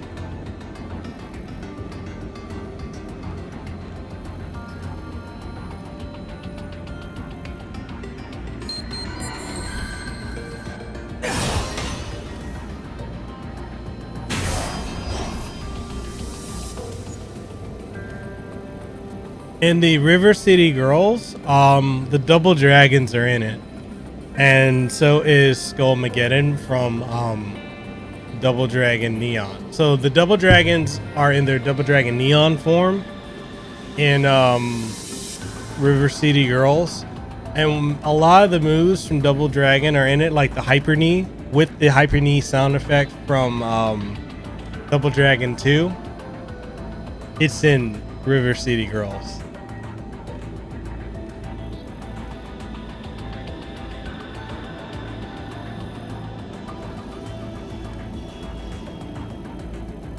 Actually, I can Zero, I'll send it to you on Twitter.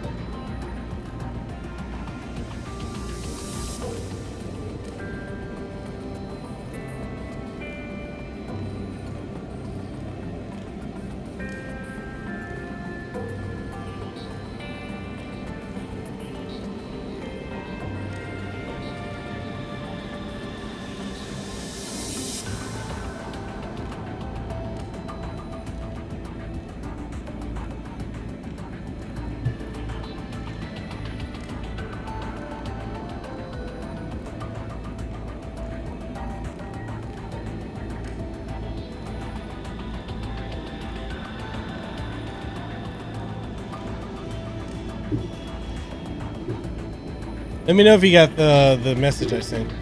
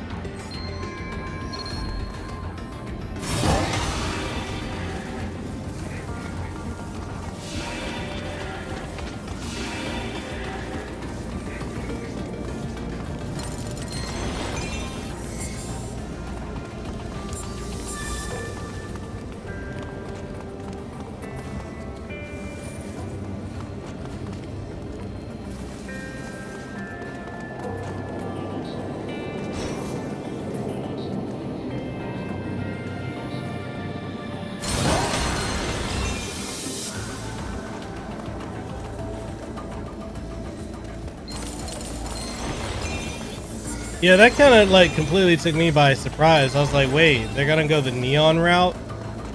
A lot of hardcore Double Dragon fans don't like Double Dragon Neon. I didn't mind it, but because I thought it was pretty good. It was a lot of fun to play, but it just didn't feel like Double Dragon. And I didn't like the fact that they essentially made Double Dragon not as serious.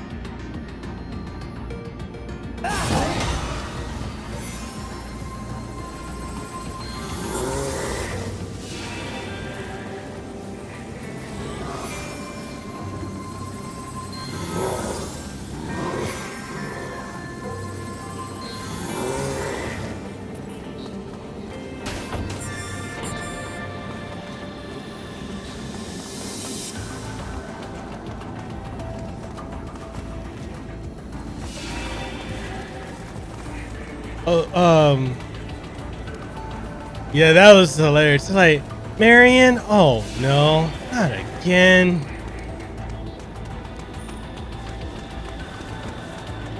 Oh, how far have you gotten in this so far, Zero?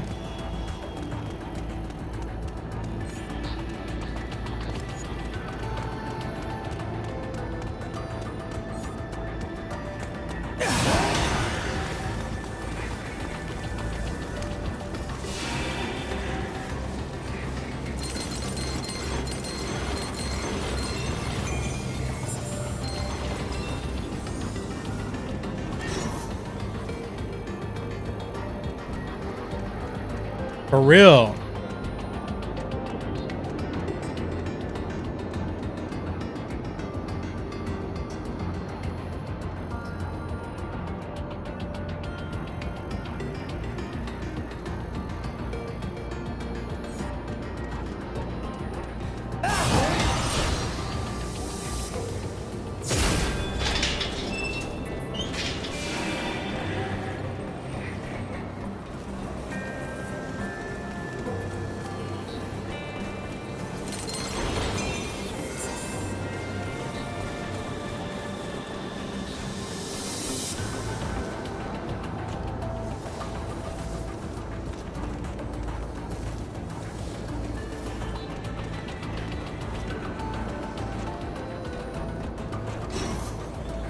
The Chimera's on ahead.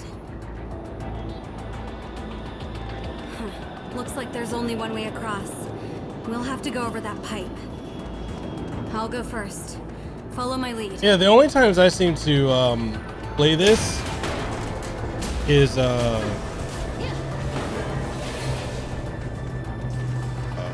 okay. Damn!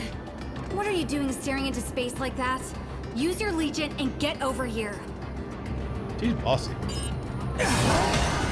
Only time I've really played, oh shit. Only time I'm playing this is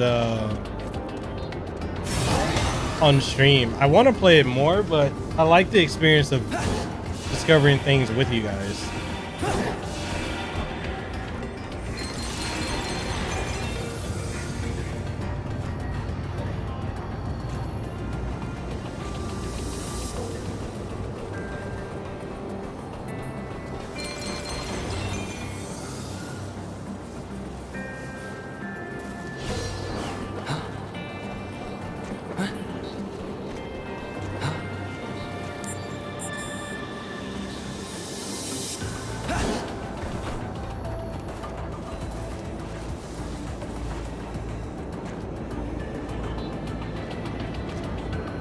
How does it look? Like, I saw some people with the gameplay graphics of it. It looks monumentally better than the original. Just as we thought. Our victim's on the other side. You know the drill. Whatever's on the other side is up to you. I'll be waiting out here. What? Go on ahead.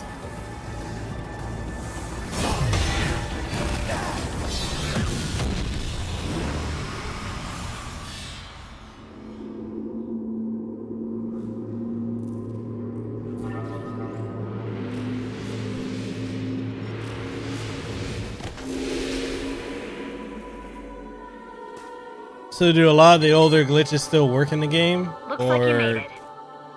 Akira filled me in on the details. I'm trying to figure out, is I'll it a provide radio complete support from remake here from the on. ground up, or did they find the A original lot of time source has code? passed since our victim's disappearance. I'm picking up a biosignal, but it's faint. Find her before it's too late.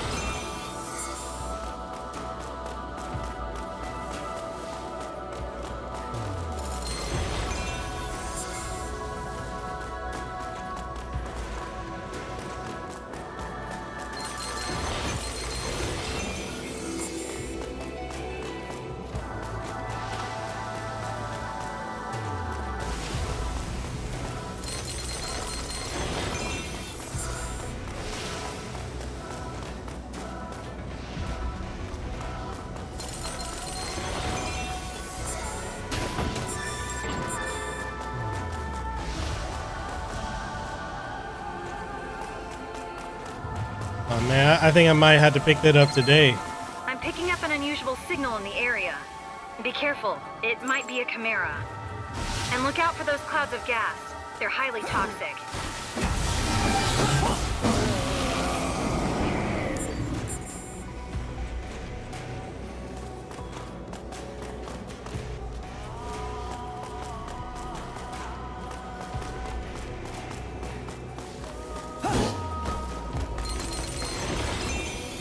This game is just insanely fun. Do you think Zero is gonna get to a point where people are gonna just like forget about this game as soon as the next thing comes out?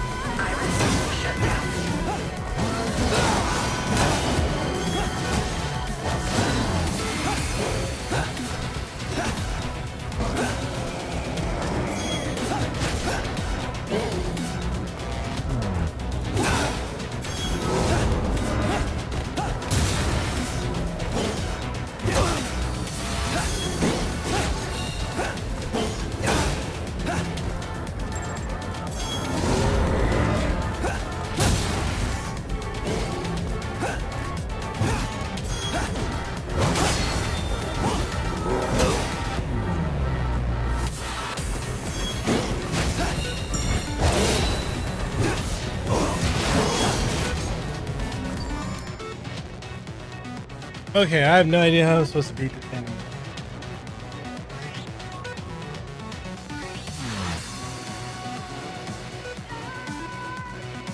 Okay, so you say...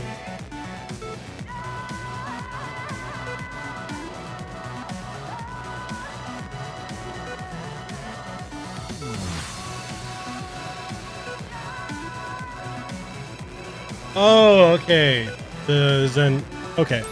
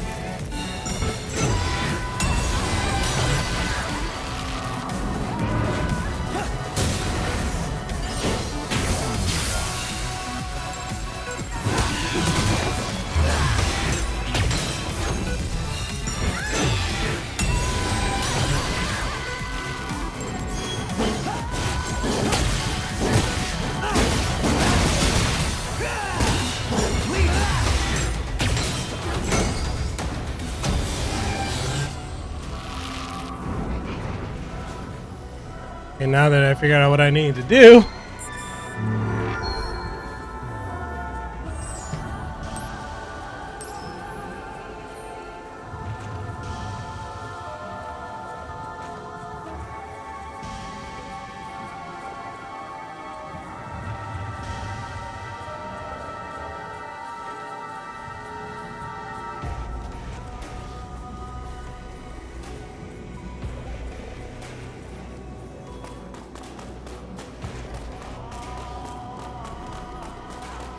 yeah, you're right. That does interrupt the flow of combat because it's like not as intuitive as it should be.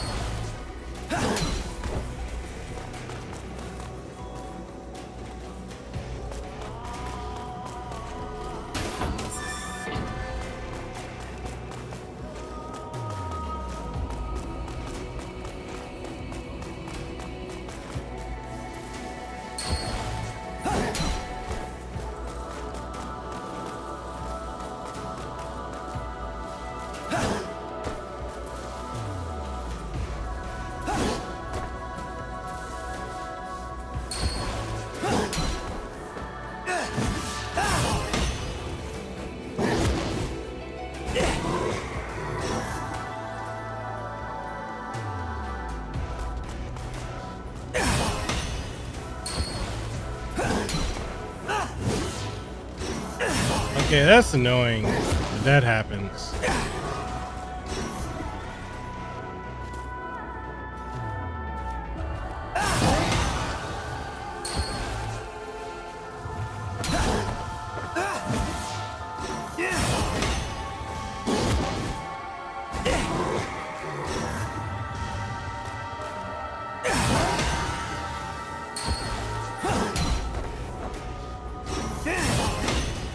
It's annoying. It's really annoying.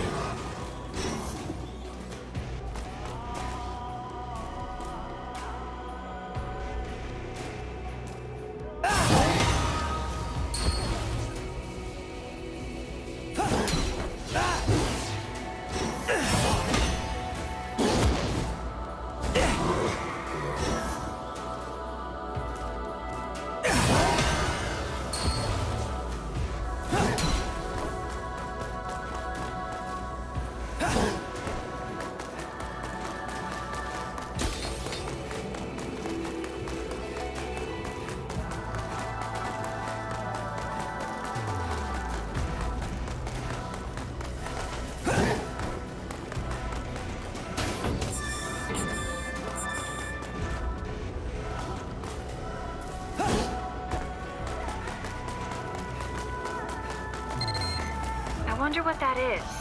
It's not quite a chimeric signal, but it's close. Your Legion might be able to do something about it. I can't find another path through there, so you're going to have to try and find out. Hey, it worked. I'm guessing your Legion did that. As long as you've Angel got your Repo. Legion, you should be able to make your way through the astral plane. Yeah, I played it earlier on the stream. I tripped out about it. I couldn't believe it. You said Zero. You said I looked at the trophies for Final Fantasy VIII. You do need to be a mega weapon if you want the platinum. Omega was a pain in the ass to beat though. And you said, I'm surprised you don't have to collect all the cards. You do have to beat the CC group members. Okay, I don't know about you guys, but for me, the card battle system, the card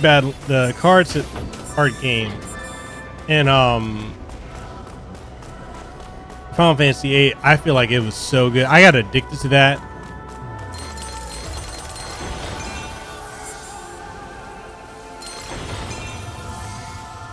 Dave, you said I'm kind of torn. I like the announcement, but I don't like the art style change. Yo, Dave, I said the same thing in the stream earlier. And Zero, you can back me up on it because I did. I love the style for Xeno 1 and even 2.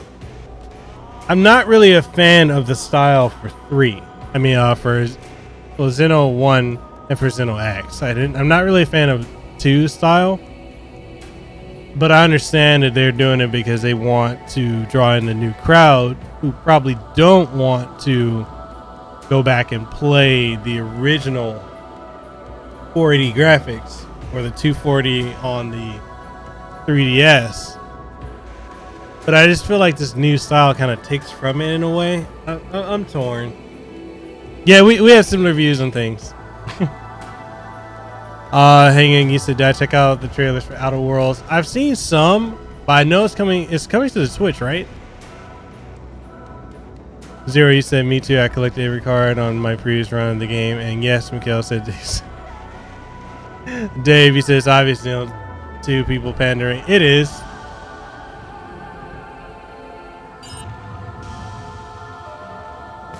Iris startup. Iris shut down.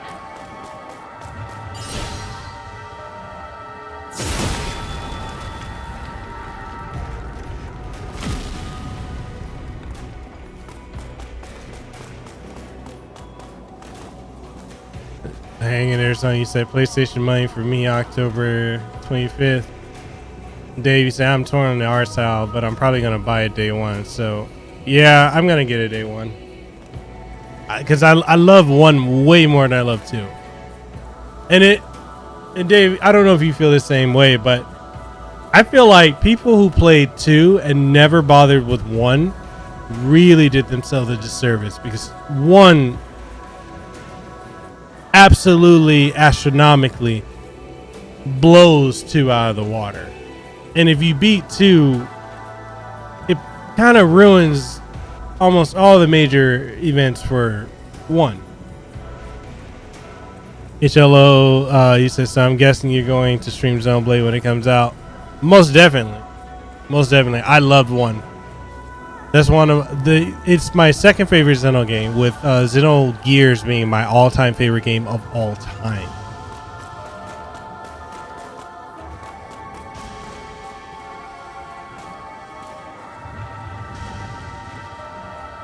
Jerry said, especially if we're getting to cut content. Yeah, if we're getting to cut content, I'm all for it. If they include the secret file stuff, I'll be really happy. Dave, you said definitely Xeno 1 is the JRPG. It is. There was no RPG that touched that game. And I've heard some people say, oh, it was generic, it was boring, it was blah blah. I'm like, no. Xenoblade 1 was astronomically good. It kept you going and just hooked you from start to finish. You were hooked. Xenoblade Chronicles 2 Do you read me? didn't do that for me. Distress signal near your location. I enjoyed Go it, check it out. but they focused too much on the anime titties than they did the story. But a lot of people are going to claim that is the greatest one they've ever played. Hanging there, song you said with the originals on PS2. Can't remember. Did play Gear? Xeno Saga Trilogy was on PS2. Who's there? If you're a chimera, stay away, okay? Jeez, damn camera. I can't see anything. Okay, scan complete. Wait, you're human? Human and conscious? Oh, it's you! I've heard about you. Fantastic. Wonderful. Perfect. Okay. Yeah, X was excellent. And these same people shit all over X when it came out. Do me a favor, will you, and get me out of here? And it was a great game. Oh, there's someone else who got dragged in here with me. Total normie. She should be around here somewhere. Dave, you say they say Zone 2 is the greatest story ever because that's the only Zone game. It is. And that's the thing that annoys me. Okay, first off, I'm missing some parts. The chimera that brought me here wasn't exactly gentle. I saw... They must have fallen off somewhere around... Okay. Is it okay for me to throw shade at a YouTuber that I've had on my podcast before I don't particularly like? Let me know if it's okay if y'all don't mind me to throw some shade and be real on something. Around here? Man, this sucks. I can't even fly without them. My parts can't be that far away from here. Thanks in advance.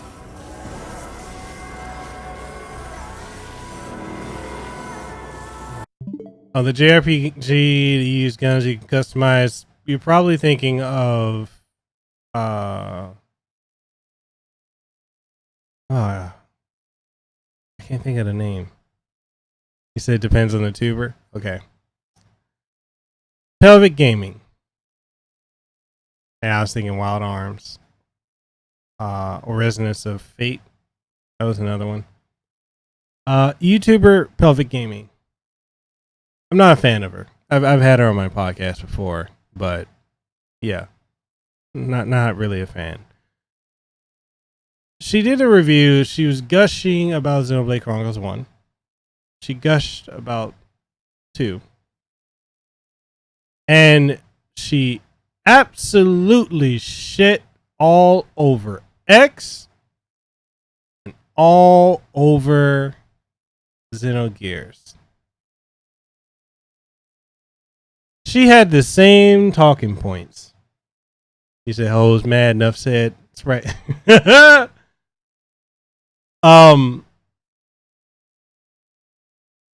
What pisses me off a lot with Pelvic Gaming is she's such a copycat.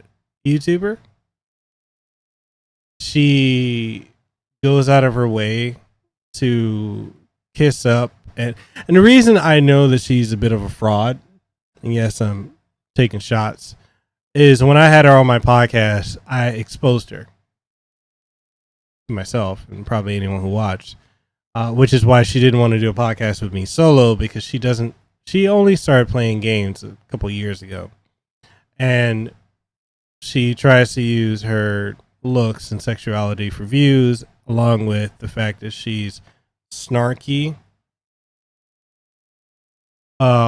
which the snarkiness is a tactic that she uses to hide the fact that she doesn't know shit about the games, about gaming as a whole. She goes weeks or months without doing a video and will drop one, which is heavily edited and heavily researched, because she's friends with Dark Pixel and all these other the collective gaming YouTubers that give her her ability, give her information, and she just regurgitates. She's a regurgitation channel, and just her review of Xenogears just pissed me off, because I'm like, you're comparing it to Xenoblade, and you don't understand psychology. You don't understand,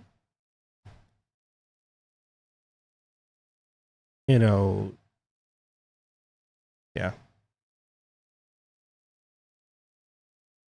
Exactly, hanging. Exactly. It's one of the things that really annoys me when it comes to gaming. Well, when it comes to YouTube, is when you get a lot of these girls that don't care about gaming, but they know that they can exploit YouTube and gaming to get money. Shit annoys the hell out of me.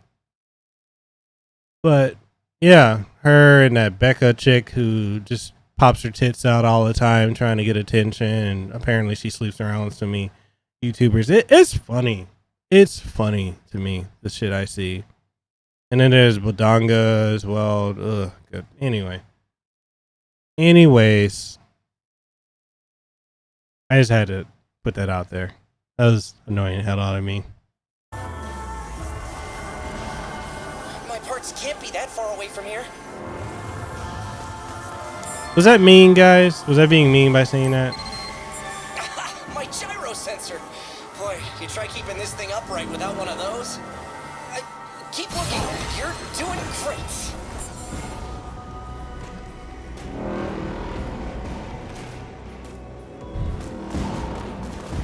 Okay. I just wanted to know, because y'all know I like to keep it 100. And nobody's safe. It just really annoys me when I see these fake gamer girls, and then you got the beta cucks that think that they actually have a chance at getting these girls' hands. It's hilarious. Exactly. They talk like they're the authority on gaming, and then you got the girls that turn around and say that, oh, guys are trying to keep us out. They're just upset because a woman's playing. Like, no, the guy. I'm like, look, let me break it down to you. As a guy, we don't give a damn if you do it. We don't try to keep you out of gaming. If you're a chick, and if you're, anywhere from like a 4 and up, and you game, you're cool. I mean, even if you're like a 0 to 3, it's still all right. But if you're a chick that games, we're not gonna stop that, because that's a rarity. That's cool. And honestly, so many of these chicks, Looks like women, another one. I need that cable to get my camera working. in and of That's themselves, not all. Keep looking, please. in and of themselves, keep each other from gaming. So I've never been a fan of this idea the guys keep women from gaming. No, we don't.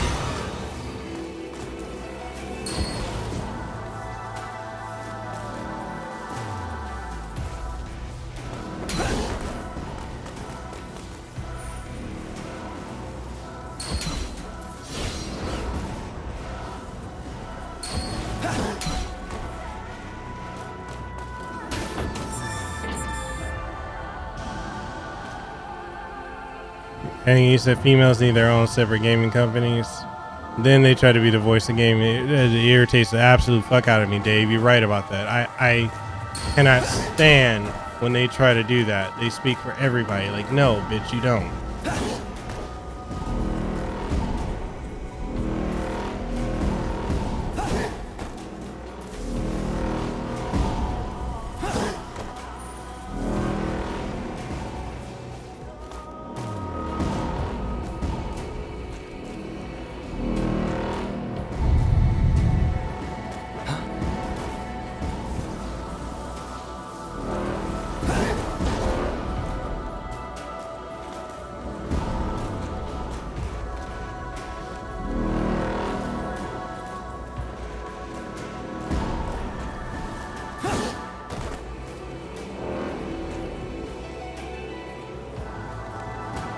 Fun game, you said Fun Game Zero. I think I played it on PS2. Dave, you said there's this old Shaquille video that's still relevant to this day. Sad. I need to go see that. If you got a link, bro, send it to me. Hanging, you said I've been gaming since Atari 2600. So you know, it ain't guys keeping chicks from gaming. That's another lie, just like the whole wage gap. That's another bunch of bullshit. Only reason there even could possibly be a wage gap between men and women is most women won't work the jobs that men will. But we can't talk on that much truth.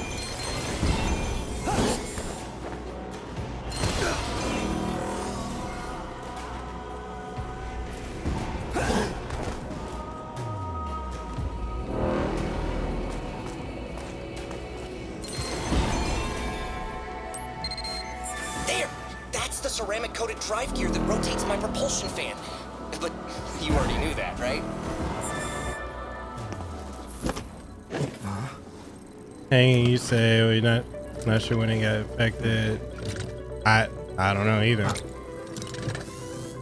I think it once social media became a thing. There. Chips, you say, yo, what's up, Chips? I can see again. The camera's looking Zero. good.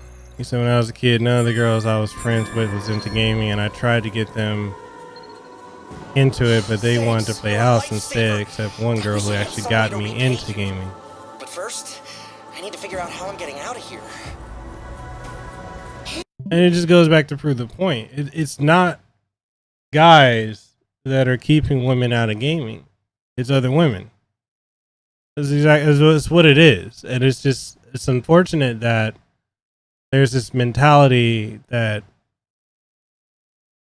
this third and fourth wave feminists keep pushing out there, and these beta cuck men put out there that men do it. Like this whole against the patriarchy bullshit. Like, no. Women can do what they want. They choose to game, cool. Most of them choose not to game. A lot of them talk each other out. They belittle those who do game. They think it's a childish toy. They think it's stupid. They're the ones who push this shit onto other people. There's a psychological thing. It's a projection. They project it.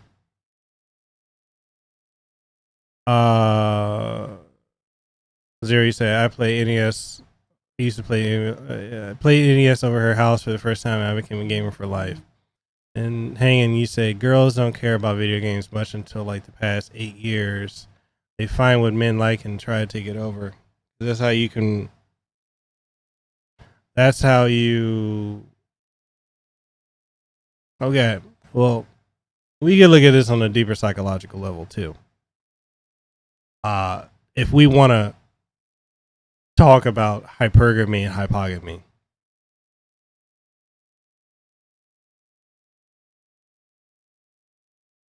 Certain things have gotten men to a point where they don't pay attention to women enough.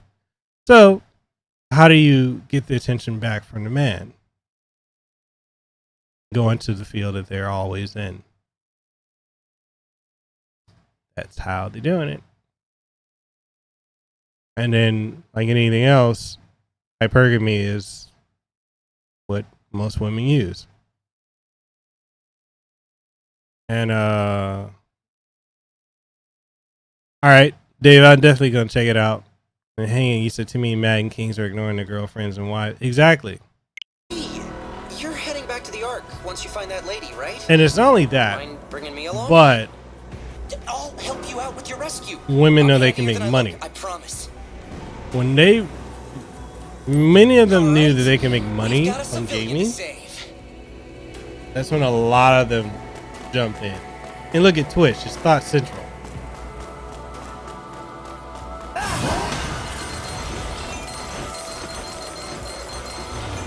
Y'all know me, I'm not gonna sugarcoat shit.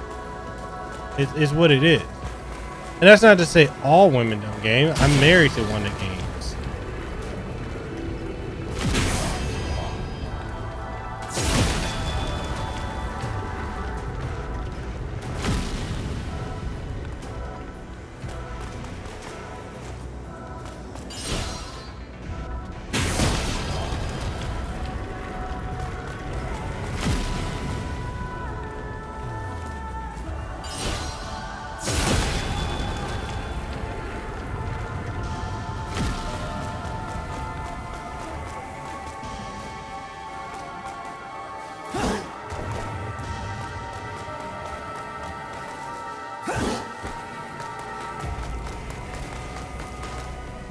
Dude, PC culture, this cancel culture thing it's way out of control.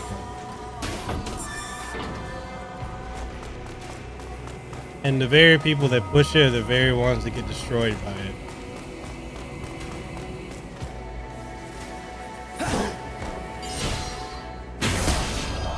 Okay, that's both of them. You should be able to activate them now.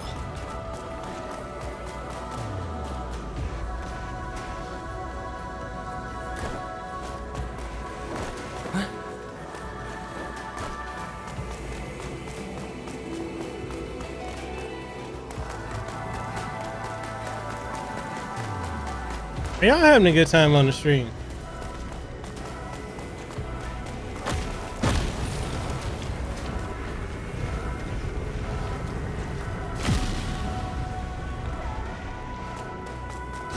Oh, Anthony Brian Logan?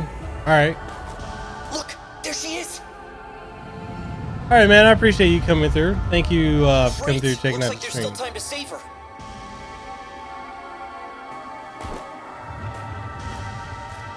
But first, I gotta ask. Don't suppose you know what that's all about, do you? Where did that thing go? Did it just become a wall?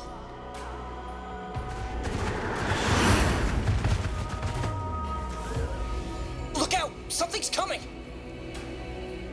I appreciate it, man. I try to make this as enjoyable for everybody who comes through on the stream. Oh, Cerberus.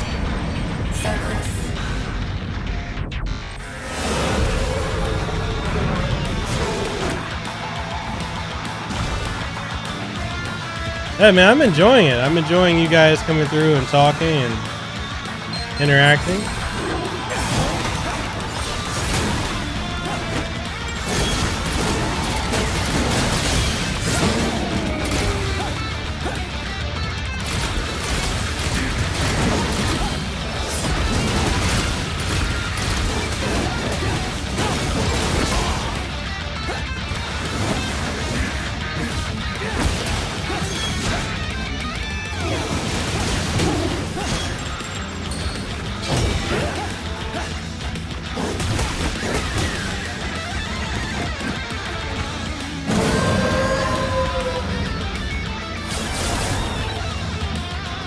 Well, now.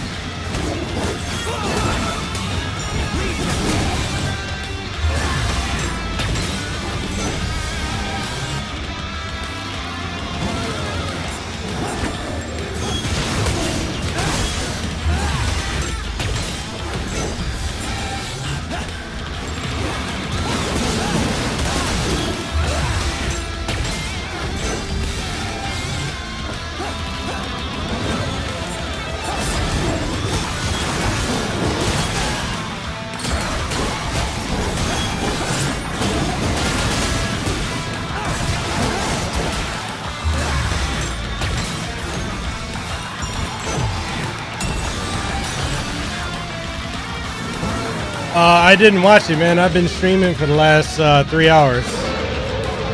I got to catch some news. I heard about. I got to see the Terry trailer. I showed it on here, and the Xenoblade. I'm hyped for it, but I do have a feeling like I'm not happy that Xenoblade Chronicles Definitive Edition has the Xenoblade Chronicles 2 art style. I'm not a fan of Xenoblade Chronicles 2 art style.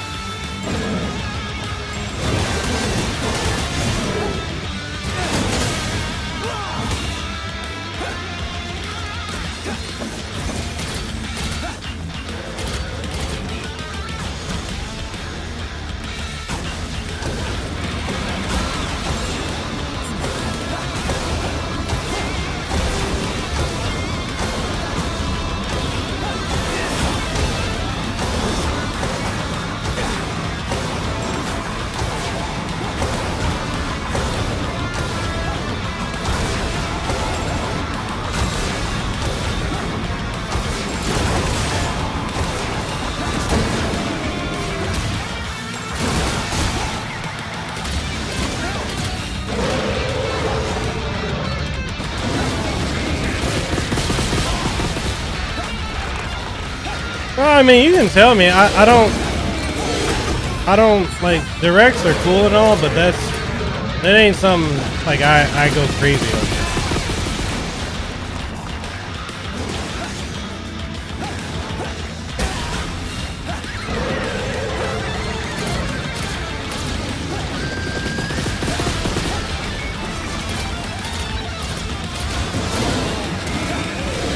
And most of the people, I mean, majority of everyone in here was telling me about the direct anyway.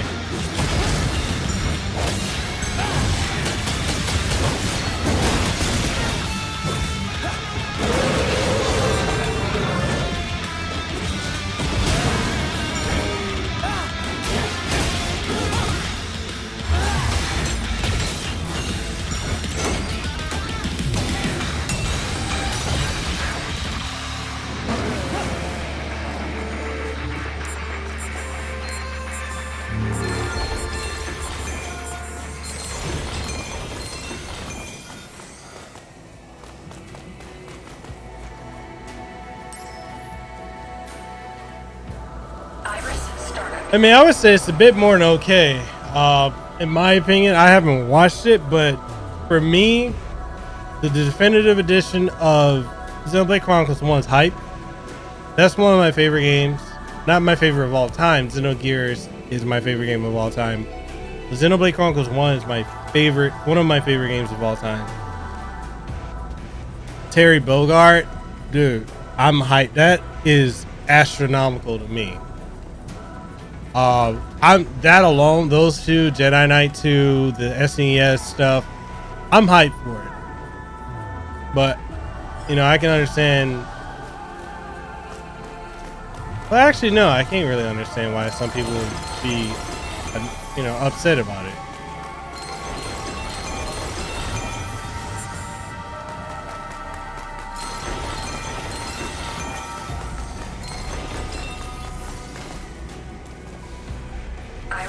Shut down.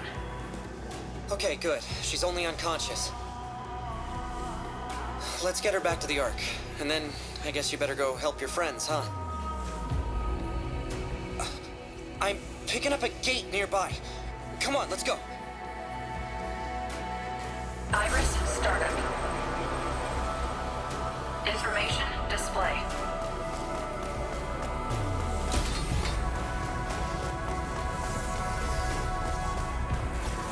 Information display.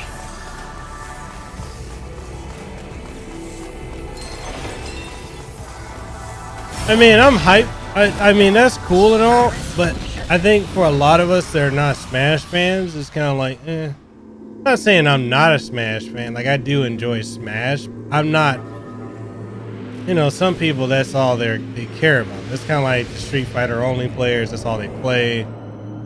Smash is all a lot of people care about.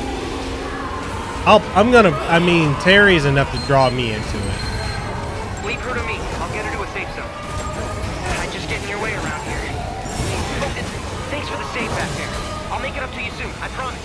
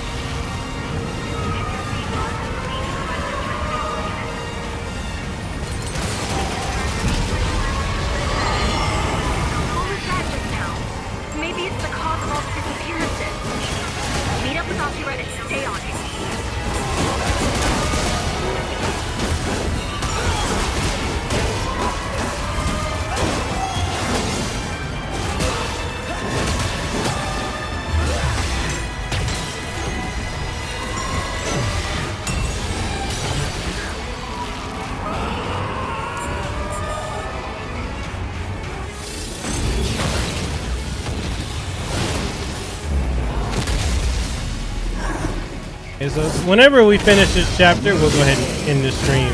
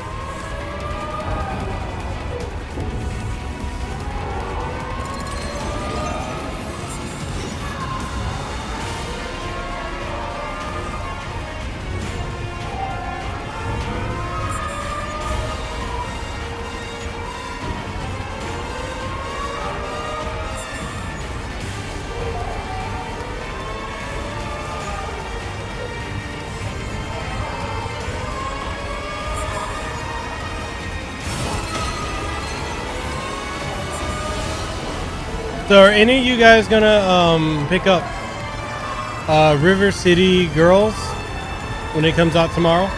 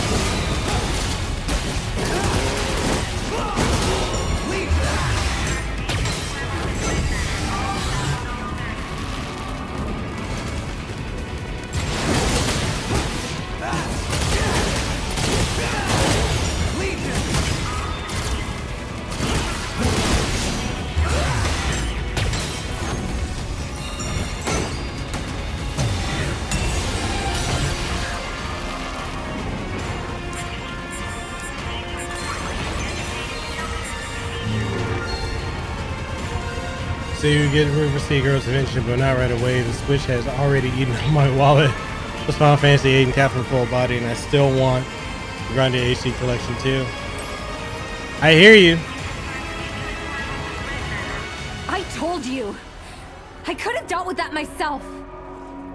Why'd you have to play hero like that? I'm Dad's kid, just like you are. I don't need any help killing chimeras. I don't even need a legion to hide behind. I'll show you. If I can't take a chimera myself, what's the point of even living?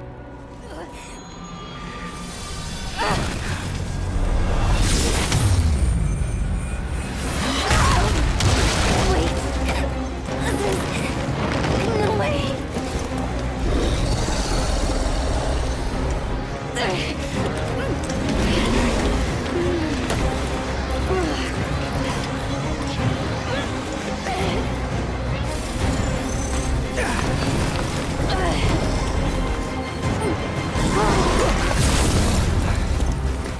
What the hell? Was this optional? You saw Akira's Legion? What was it doing there? First things first. What are you doing? Follow them!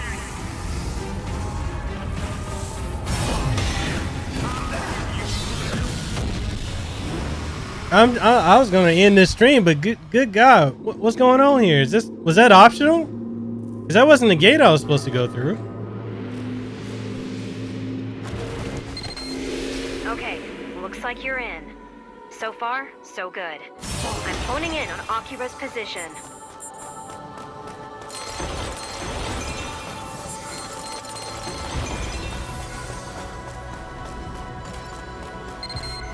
There, I've got the general location. Oh, it's the last bit of the Didn't hit your chapter. nav system, Okay. so keep an eye on your iris.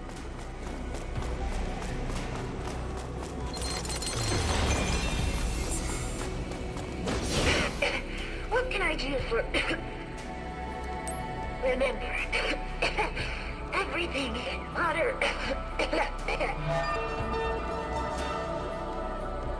All right. Ooh. Thank you for looking...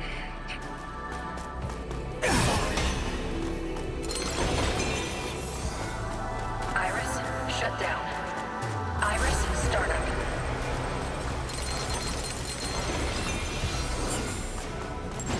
Information display.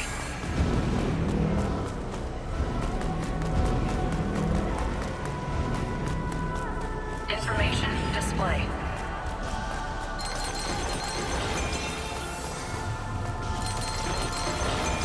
Information display.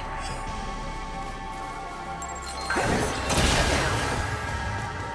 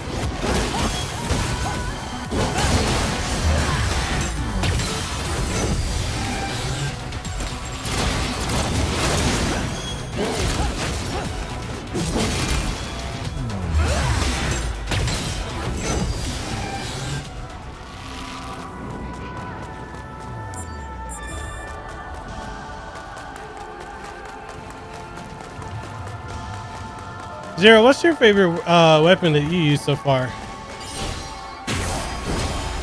I like the heavy sword and the gun.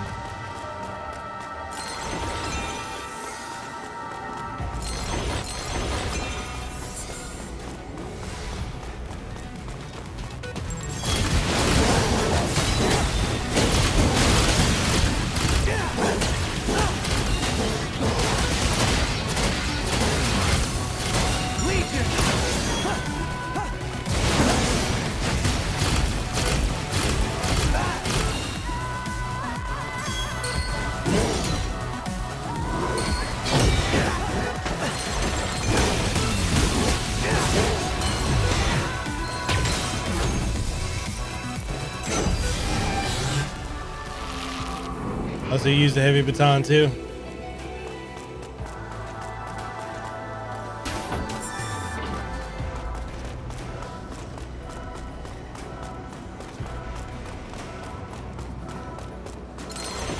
You know who would be an interesting character for Smash would be 2B.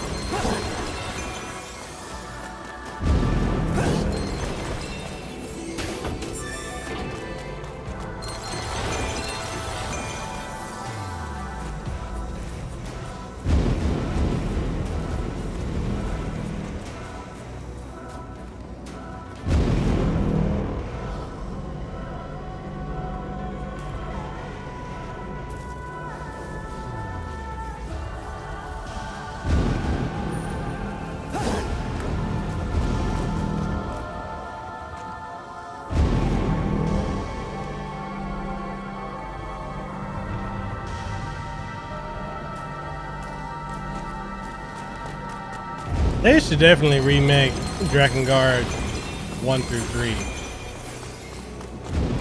The story is phenomenal. I think, especially with 3, they just need to touch that up.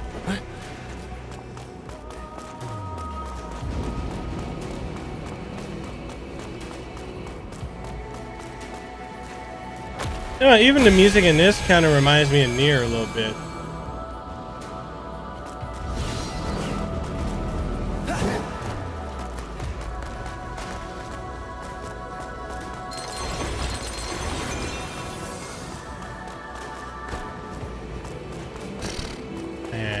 Zero. I'm shocked she's not more of an icon than 2B is. You know what the funny thing is too? I know so many people have played Nier, like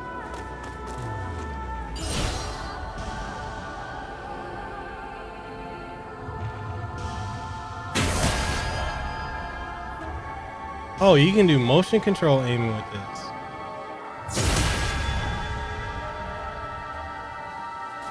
So many people have played Nier 2, but or Nier Automata, but they've never played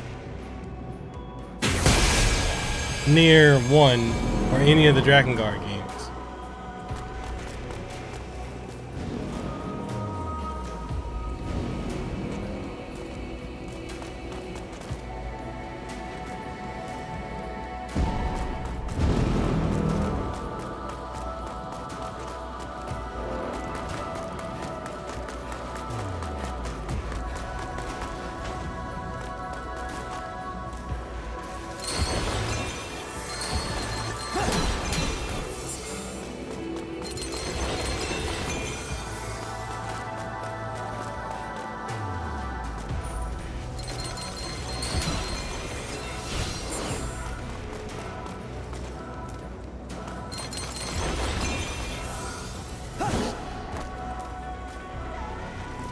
I need to put like a 1 terabyte SSD into my my PlayStation 3. I think I've got a 1 terabyte regular hard drive, but I'm like, longevity's sake, I need that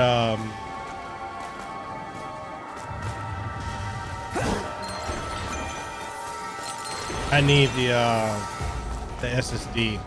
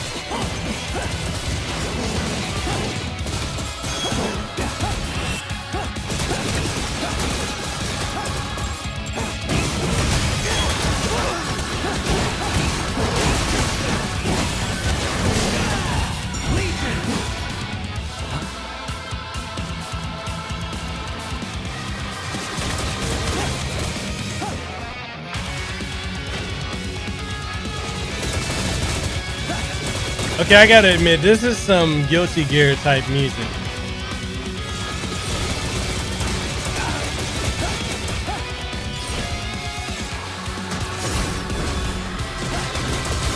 Yeah, I'm not a fan of how this breaks up the control.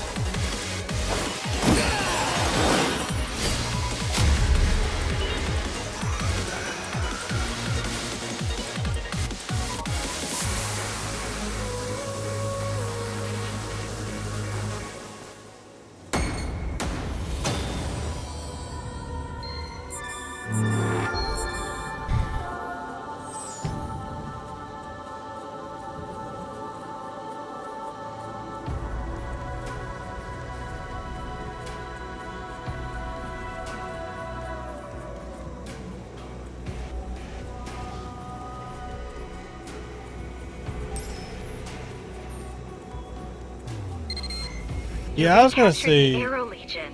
So that means one core can hold 2 legions. We'll ask the commander about that later. We've got to focus on Akira. It doesn't look like you can reach her, even with a chain jump.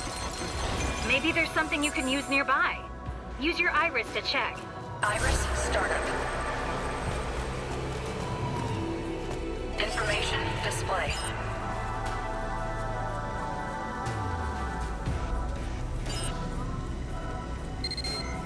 The Arrow Legion's reacting to something. Keep trying. There's gotta be something you can do.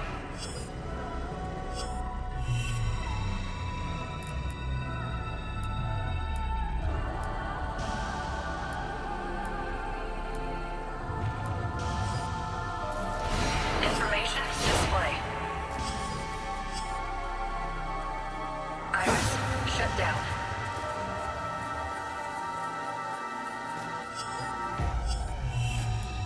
What?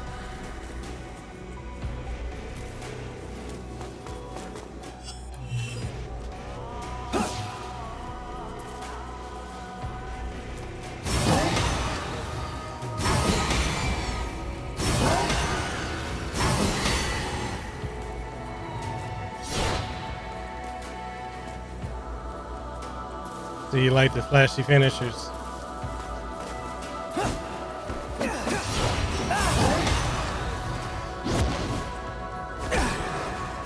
Wait, what am I supposed to do here?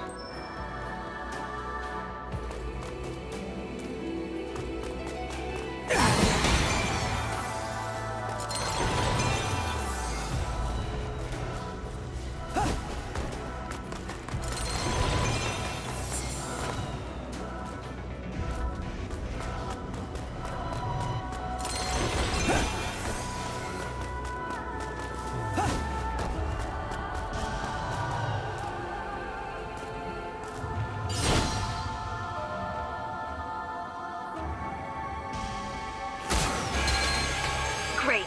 Now hurry to Akira's position.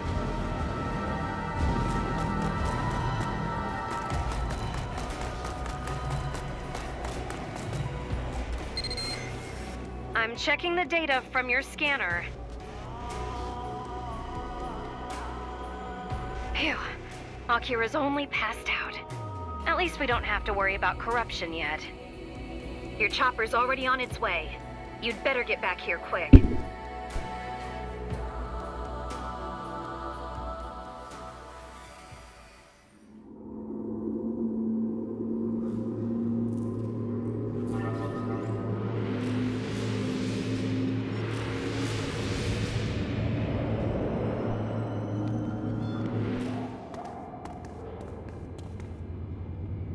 Good.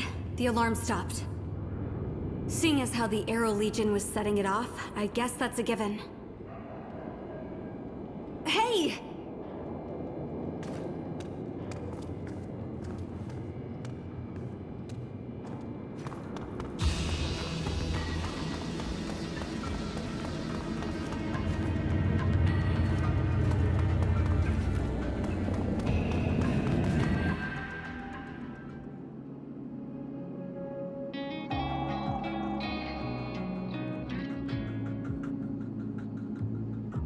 Thank God. You're all okay. If I lost you guys too, I don't know what I'd do. Dad used to come here and take care of these cats. If it weren't for him, anything could have happened to them. Rules are rules, even for the captain. No stray animals are allowed in HQ. And he couldn't bring them home because he couldn't risk us getting infected. I guess he thought if he kept them here, he could come by to check on them while he was out on patrol. I followed him here one day. That's how I found out.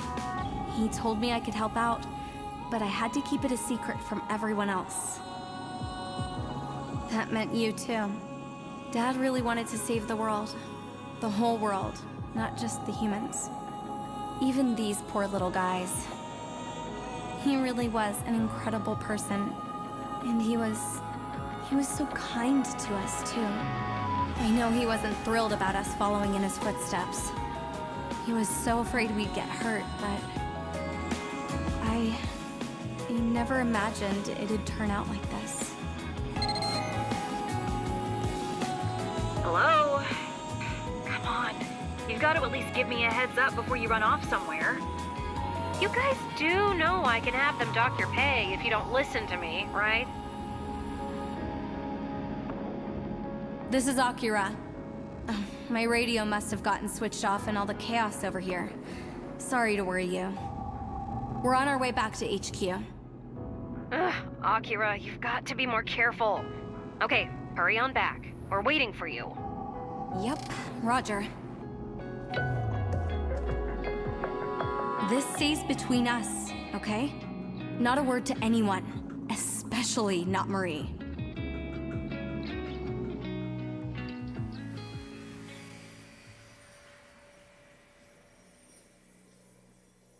At the end of this chapter, or are we still going? I'm trying to find a spot where I can stop and end the stream.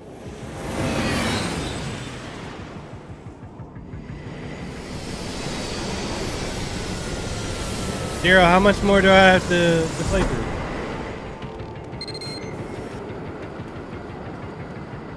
Oh, welcome back! Akira, I'm Okay. so sorry. I had you all wrong. You're such a big sweetie. A big sweetie? I'll be sure to bring you some cat food next time. Cat food? Wait, how did she hear? You report to the commander. And, Right? forget it. I think I'd better go talk to Marie.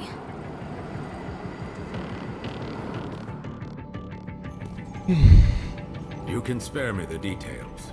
I saw everything from here.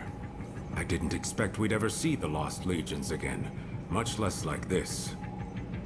A sudden attack, and then core fusion. It's breathtaking.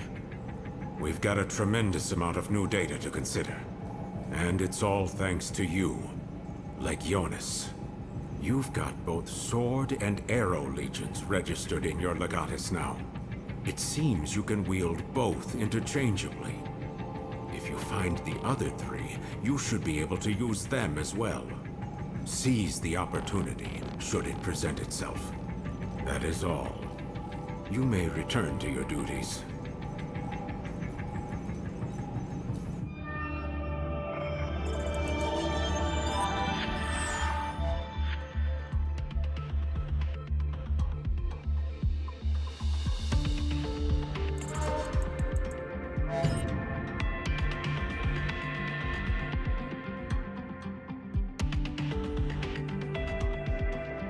All right, man. Thank you. Thank you for coming through. And thank all of you for coming through, actually.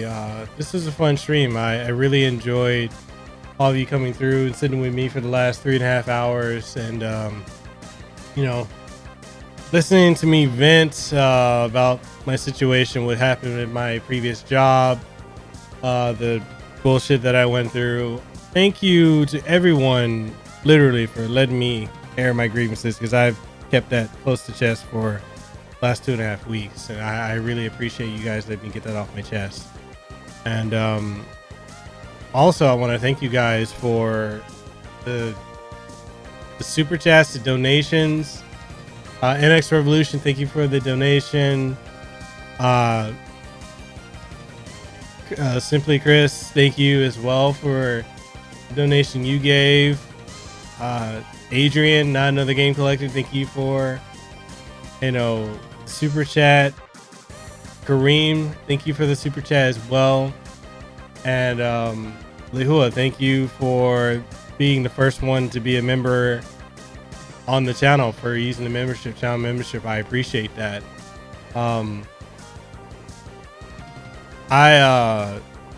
I don't even have words. I'm so grateful for what you guys have done, for being supportive. I know this journey and being a full-time content creator is not gonna, you know, I'm not gonna even say it's not gonna be easy. It will be what it will be, whatever that is. Whatever it's gonna be, I'm looking forward to the journey ahead. And I thank you guys for being on this journey with me and for supporting. And that's, you know, for everyone who came through: Zero, HLO, Chips, Adrian, Fabian, Lihua, Hang in Arizona, Simply Chris, everyone. Thank all of you, Kareem as well, for coming through. And if any of you want to join the memberships on the channel, there are multiple tiers, different benefits. You get the different emojis you can use in the chat, plus you get access to exclusive content I'll be making for members only, as well as podcasts going forward. Same thing with the Patreon. If you join the Patreon, you'll have access to be able to join on different podcasts. I want to give you guys a different heads up. Coming at the end of this month, I'm actually going to be hosting a Dragon Ball Fighters tournament on Big Island at HawaiiCon. HawaiiCon reached out to me to host this event for them, as well as to have my own panel. I'll be speaking as a presenter at this panel at HawaiiCon. And the voice actor for Broly, Vic Mignogna, I will be working hand in hand with him. He'll be helping me run the tournament. It's called the Battle for the Pacific Dragon Ball Fighters Tournament. I'll shoot out the flyer that's been created and ready for this event, and that's just one of many things. If you guys want to hop on that, because it'll be streaming locally out here in Hawaii. Dave, also, thank you for coming through on the stream. It'll be streaming locally on Hawaii on our news stations, KHON, as well as streaming on my channel. It'll be live in person, so if you guys would like to hop in, asking questions, be part of it with Vic Mignogna, the voice of Broly, definitely let me know. And like I said, memberships available on this channel. Super chats, I appreciate those as well. Patreon is available only if you guys want to help support this stream. You said also real shit on what you said about some of these gamers. Dude, I gotta keep it 100. That's one of the things. Like, I'm not gonna sugarcoat shit. Some things just have to be said. But yeah, with that being said, thank you guys all for coming through, supporting, and just being awesome. And yeah, take care. Zero, I'll see you guys in the next one.